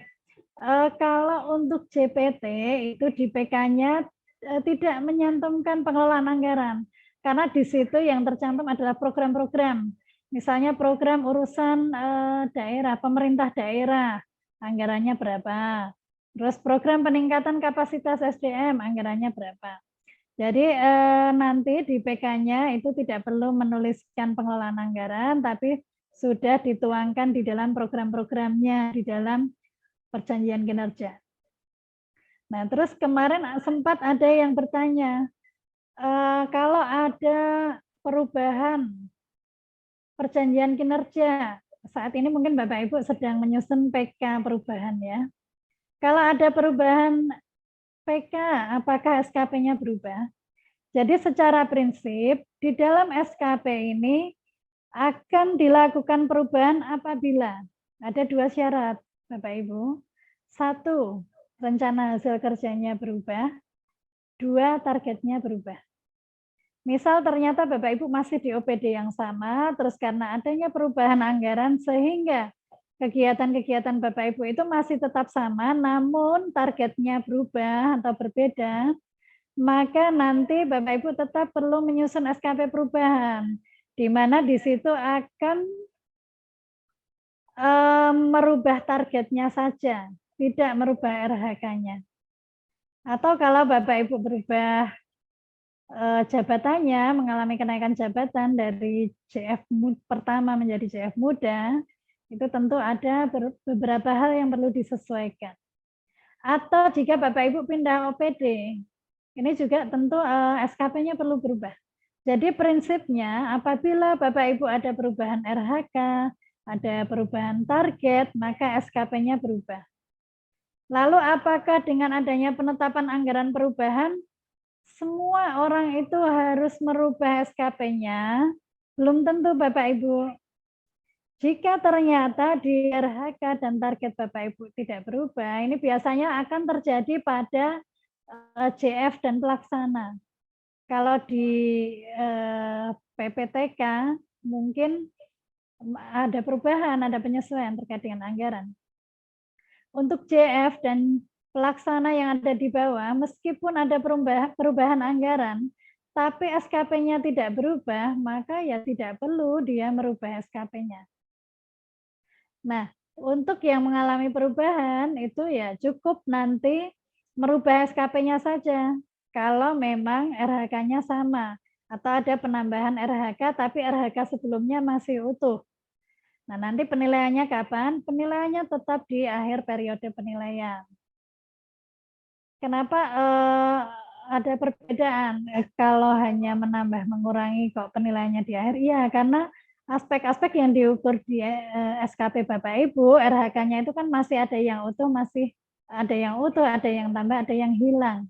Tapi itu tidak mengubah posisi Bapak Ibu, sehingga nanti penilaiannya tetap akan dilakukan di akhir tahun.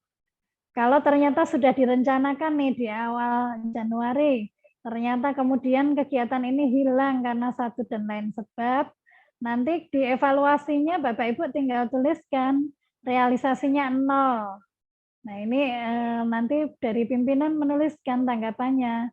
Pimpinan menurut saya ini tetap dapat dinilaikan baik karena realisasi 0 itu disebabkan karena kegiatan tidak jadi dilaksanakan sampai dengan akhir tahun. Ya ini jadi di SKP 2022 ini lebih banyak dengan kita bermain kata-kata ya Bapak Ibu. Pemahaman kita itu lebih ke pemahaman kata-kata atau kalimat-kalimat dan tidak ada kalimat atau kata yang salah sepanjang itu menggambarkan sasaran maupun evaluasi bagi Bapak Ibu semua. Jadi saya tekankan lagi untuk yang baru bergabung, SKP yang benar itu yang bagaimana adalah SKP yang menggunakan format sebagaimana diatur di dalam penyusunan SKP 2022 ini. Saya melanjutkan chat pertanyaan. Kalau memang belum ada yang raise hand, izin bertanya, jika di pertengahan ada kenaikan pangkat ataupun jabatan, tapi RHK dan target, itu tetap, apakah perlu merubah SKP-nya? Yaitu kalau memang tidak ada perubahan RHK dan target, tidak perlu merubah. Tinggal nanti mungkin kalau Bapak Ibu ada kenaikan pangkat, pada evaluasi nanti atau di lembar penilaian, jangan lupa Bapak Ibu mencantumkan pangkat dan jabatan barunya. Kita sudah tidak bicara pangkat dan jabatan lama ketika Bapak Ibu memintakan penilaiannya. Jadi sesuai kondisi Bapak Ibu pada saat dilakukan evaluasi maupun penilaian.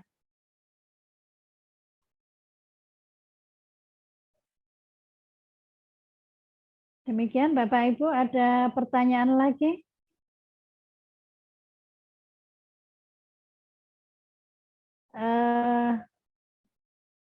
Mas Istanto nggak ada pertanyaan? Sudah tidak ada pertanyaan, Mas. Yang di chat sudah saya jawab ya. Jadi Bapak Ibu dengan berakhirnya Zoom yang kami selenggarakan di periode ketiga ini, Bapak Ibu, nanti selanjutnya monggo Bapak Ibu bisa menyusun SKP-nya. Kalau ada hal-hal yang mungkin butuh penjelasan, butuh ditanyakan, Bapak Ibu bisa berkonsultasi langsung kepada Kasubag Umpek masing-masing OPD karena keterbatasan kami di dalam waktu dan tenaga dalam melayani Bapak Ibu, sehingga mungkin nanti kalau ada Bapak Ibu yang menanyakan pada kami lewat telepon, WA, atau datang ke sini, mohon maaf apabila tidak bisa terlayani dengan baik karena adanya kegiatan-kegiatan lain yang mungkin kami selenggarakan juga Bapak Ibu, ada program kerja lain lagi yang perlu segera kami tindak lanjuti juga. Ya, apabila tidak ada pertanyaan, untuk selanjutnya saya serahkan kembali pada pembawa acara, pada Mas Istanto, nanti untuk menutup acara ini, sekaligus mungkin ada closing statement ya Bapak Ibu. Saya akhiri, wassalamualaikum warahmatullahi wabarakatuh. Ya, atas kesediaannya menunggu. Ini ada lagi yang mau bertanya? Masih ada waktu sekitar 28 menit.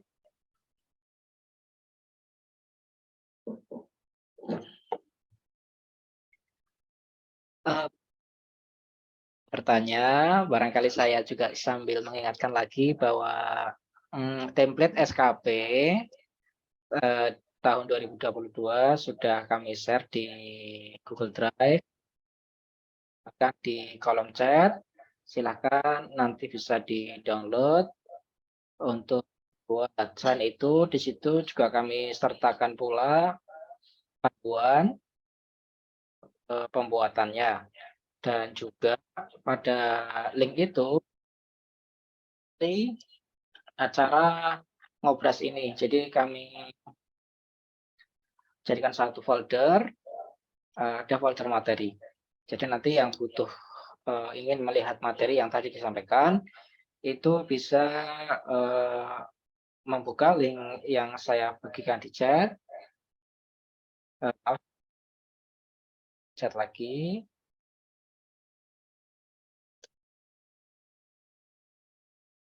Nah, bisa dibuka ya linknya. Dan karena sudah tidak ada yang bertanya, maka kita akhiri saja pertemuan atau acara ngobras yang terakhir ini. Ngobras yang terakhir, mudah-mudahan dari yang pertama, kedua, dan ketiga bermanfaat sekalian.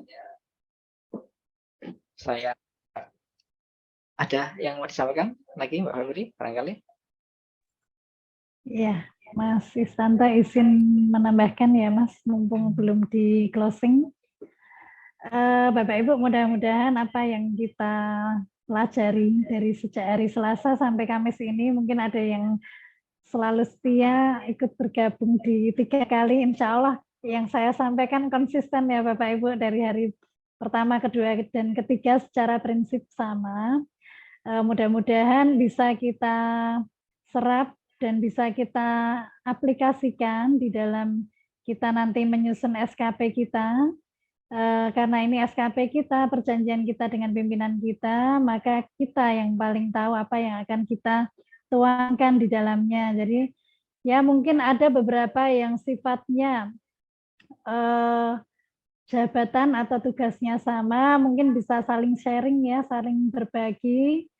SKP-nya mungkin untuk bisa di ATM, amati, tiru, modifikasi sesuai kebutuhannya.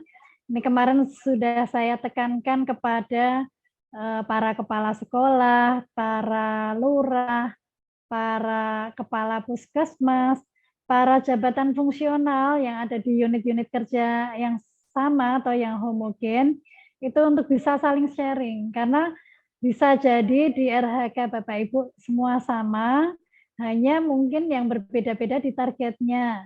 Mungkin seperti di sekolah yang rombongan belajar atau rombelnya banyak, ya tentu targetnya akan berbeda dengan sekolah-sekolah yang rombelnya sedikit. Atau mungkin JF-JF yang sama lainnya seperti dokter gigi, dokter umum, dan lainnya. Terus guru-guru kelas, guru mata pelajaran, itu bisa saling berbagi. Nanti kalau memang Bapak Ibu ingin bisa instan, bisa menghasilkan itu instan, bisa nanti dibuat semacam rumpun-rumpun ya Bapak Ibu, untuk menyeragamkan apa yang akan dimuat di dalam SKP Bapak Ibu. Ada hal yang tadi saya lupa belum sampaikan, itu untuk kepala sekolah. Kepala sekolah adalah jabatan fungsional yang diberikan tugas sebagai kepala sekolah. Sama halnya dengan kepala puskesmas. Adalah jabatan fungsional yang diberikan jabatan sebagai kepala puskesmas. Nah, kalau di SKP lama itu adalah tugas tambahan. Namun di SKP yang baru ini Bapak Ibu, apa yang Bapak Ibu kerjakan sebagai kepala sekolah, sebagai kepala puskesmas itu adalah RHK utama. Yaitu terlaksana atau pelaksanaan tugas kepala sekolah pada SD mana, SMP mana, TK mana, atau menjadi kepala puskesmas di mana. Ini menjadi RHK utama. Nah, RHK Bapak Ibu sebagai kepala sekolah atau kepala puskesmas inilah yang nanti akan diturunkan pada JF-JF yang ada di puskesmas atau di sekolah. Jadi kalau ada beberapa guru yang sempat menanyakan ke saya, Bu, saya ambilnya dari mana ini? Ambilnya dari kepala sekolah seperti peta jabatan. Yaitu mengambil RHK yang bisa dipakai untuk semua guru. Begitu juga kepala puskesmas, JF-JF di puskesmas, ambil yang RHK kepala puskesmas yang bisa dipakai untuk semua JF. Jadi mau kepala puskesmasnya dokter gigi, tidak harus berhubungan dengan pemeriksaan gigi, kan berarti kita bisa ambil dari RHK-nya sebagai kepala puskesmas, sehingga dokter umum, bidan, perawat, analis, perekam medik itu bisa ambil dari RHK-nya yang bersangkutan sebagai kepala puskesmas, seperti itu.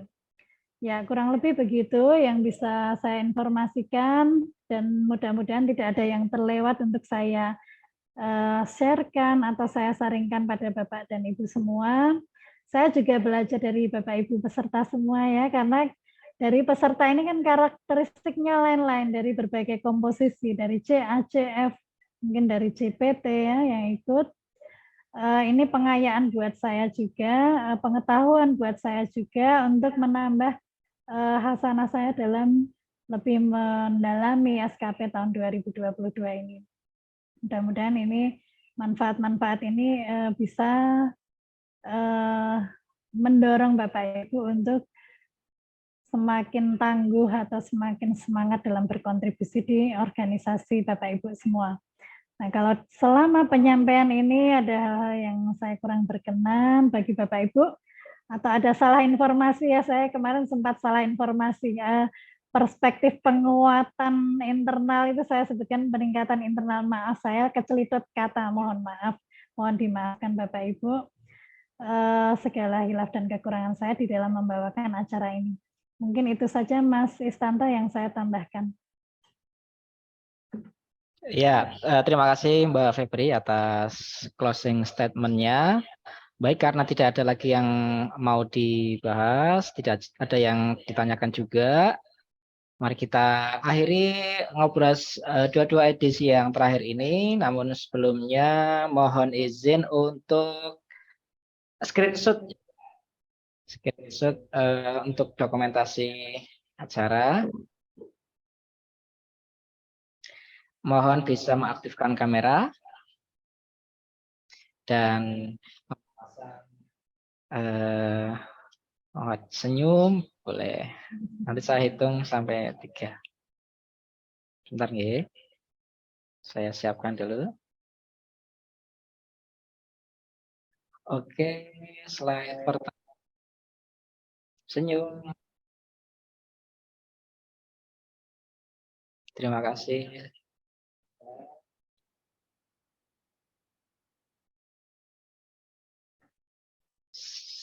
Slide kedua. Senyum.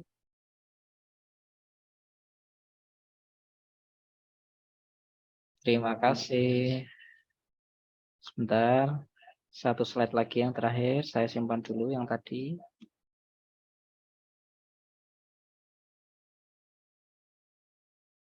Slide ketiga. Senyum. Oke. Baik. Atas atensinya ya, sekali lagi apresiasi yang setinggi-tingginya untuk Bapak Ibu sekalian yang sudah bergabung dalam acara ngobras ini. Mohon maaf apabila ada hal-hal yang kurang berkenan. Mari kita akhiri. Alhamdulillah. Alhamdulillahirabbil alamin. Tutup. Assalamualaikum warahmatullahi wabarakatuh.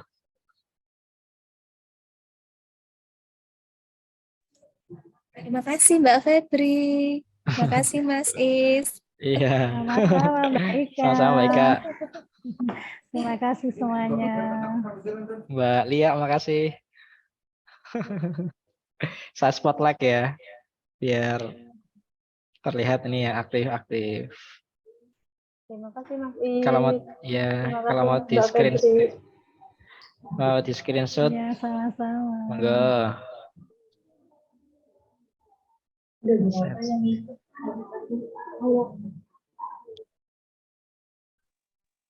Udah nggak bisa banyak-banyak spotlightnya. Saya spotlight satu lagi. Silakan kalau mau buat dokumentasi pribadi.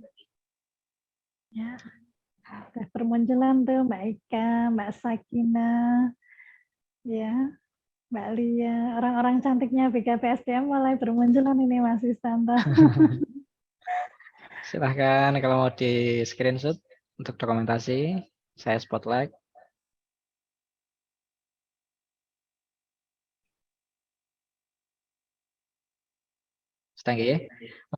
Saya akhiri nggih meetingnya.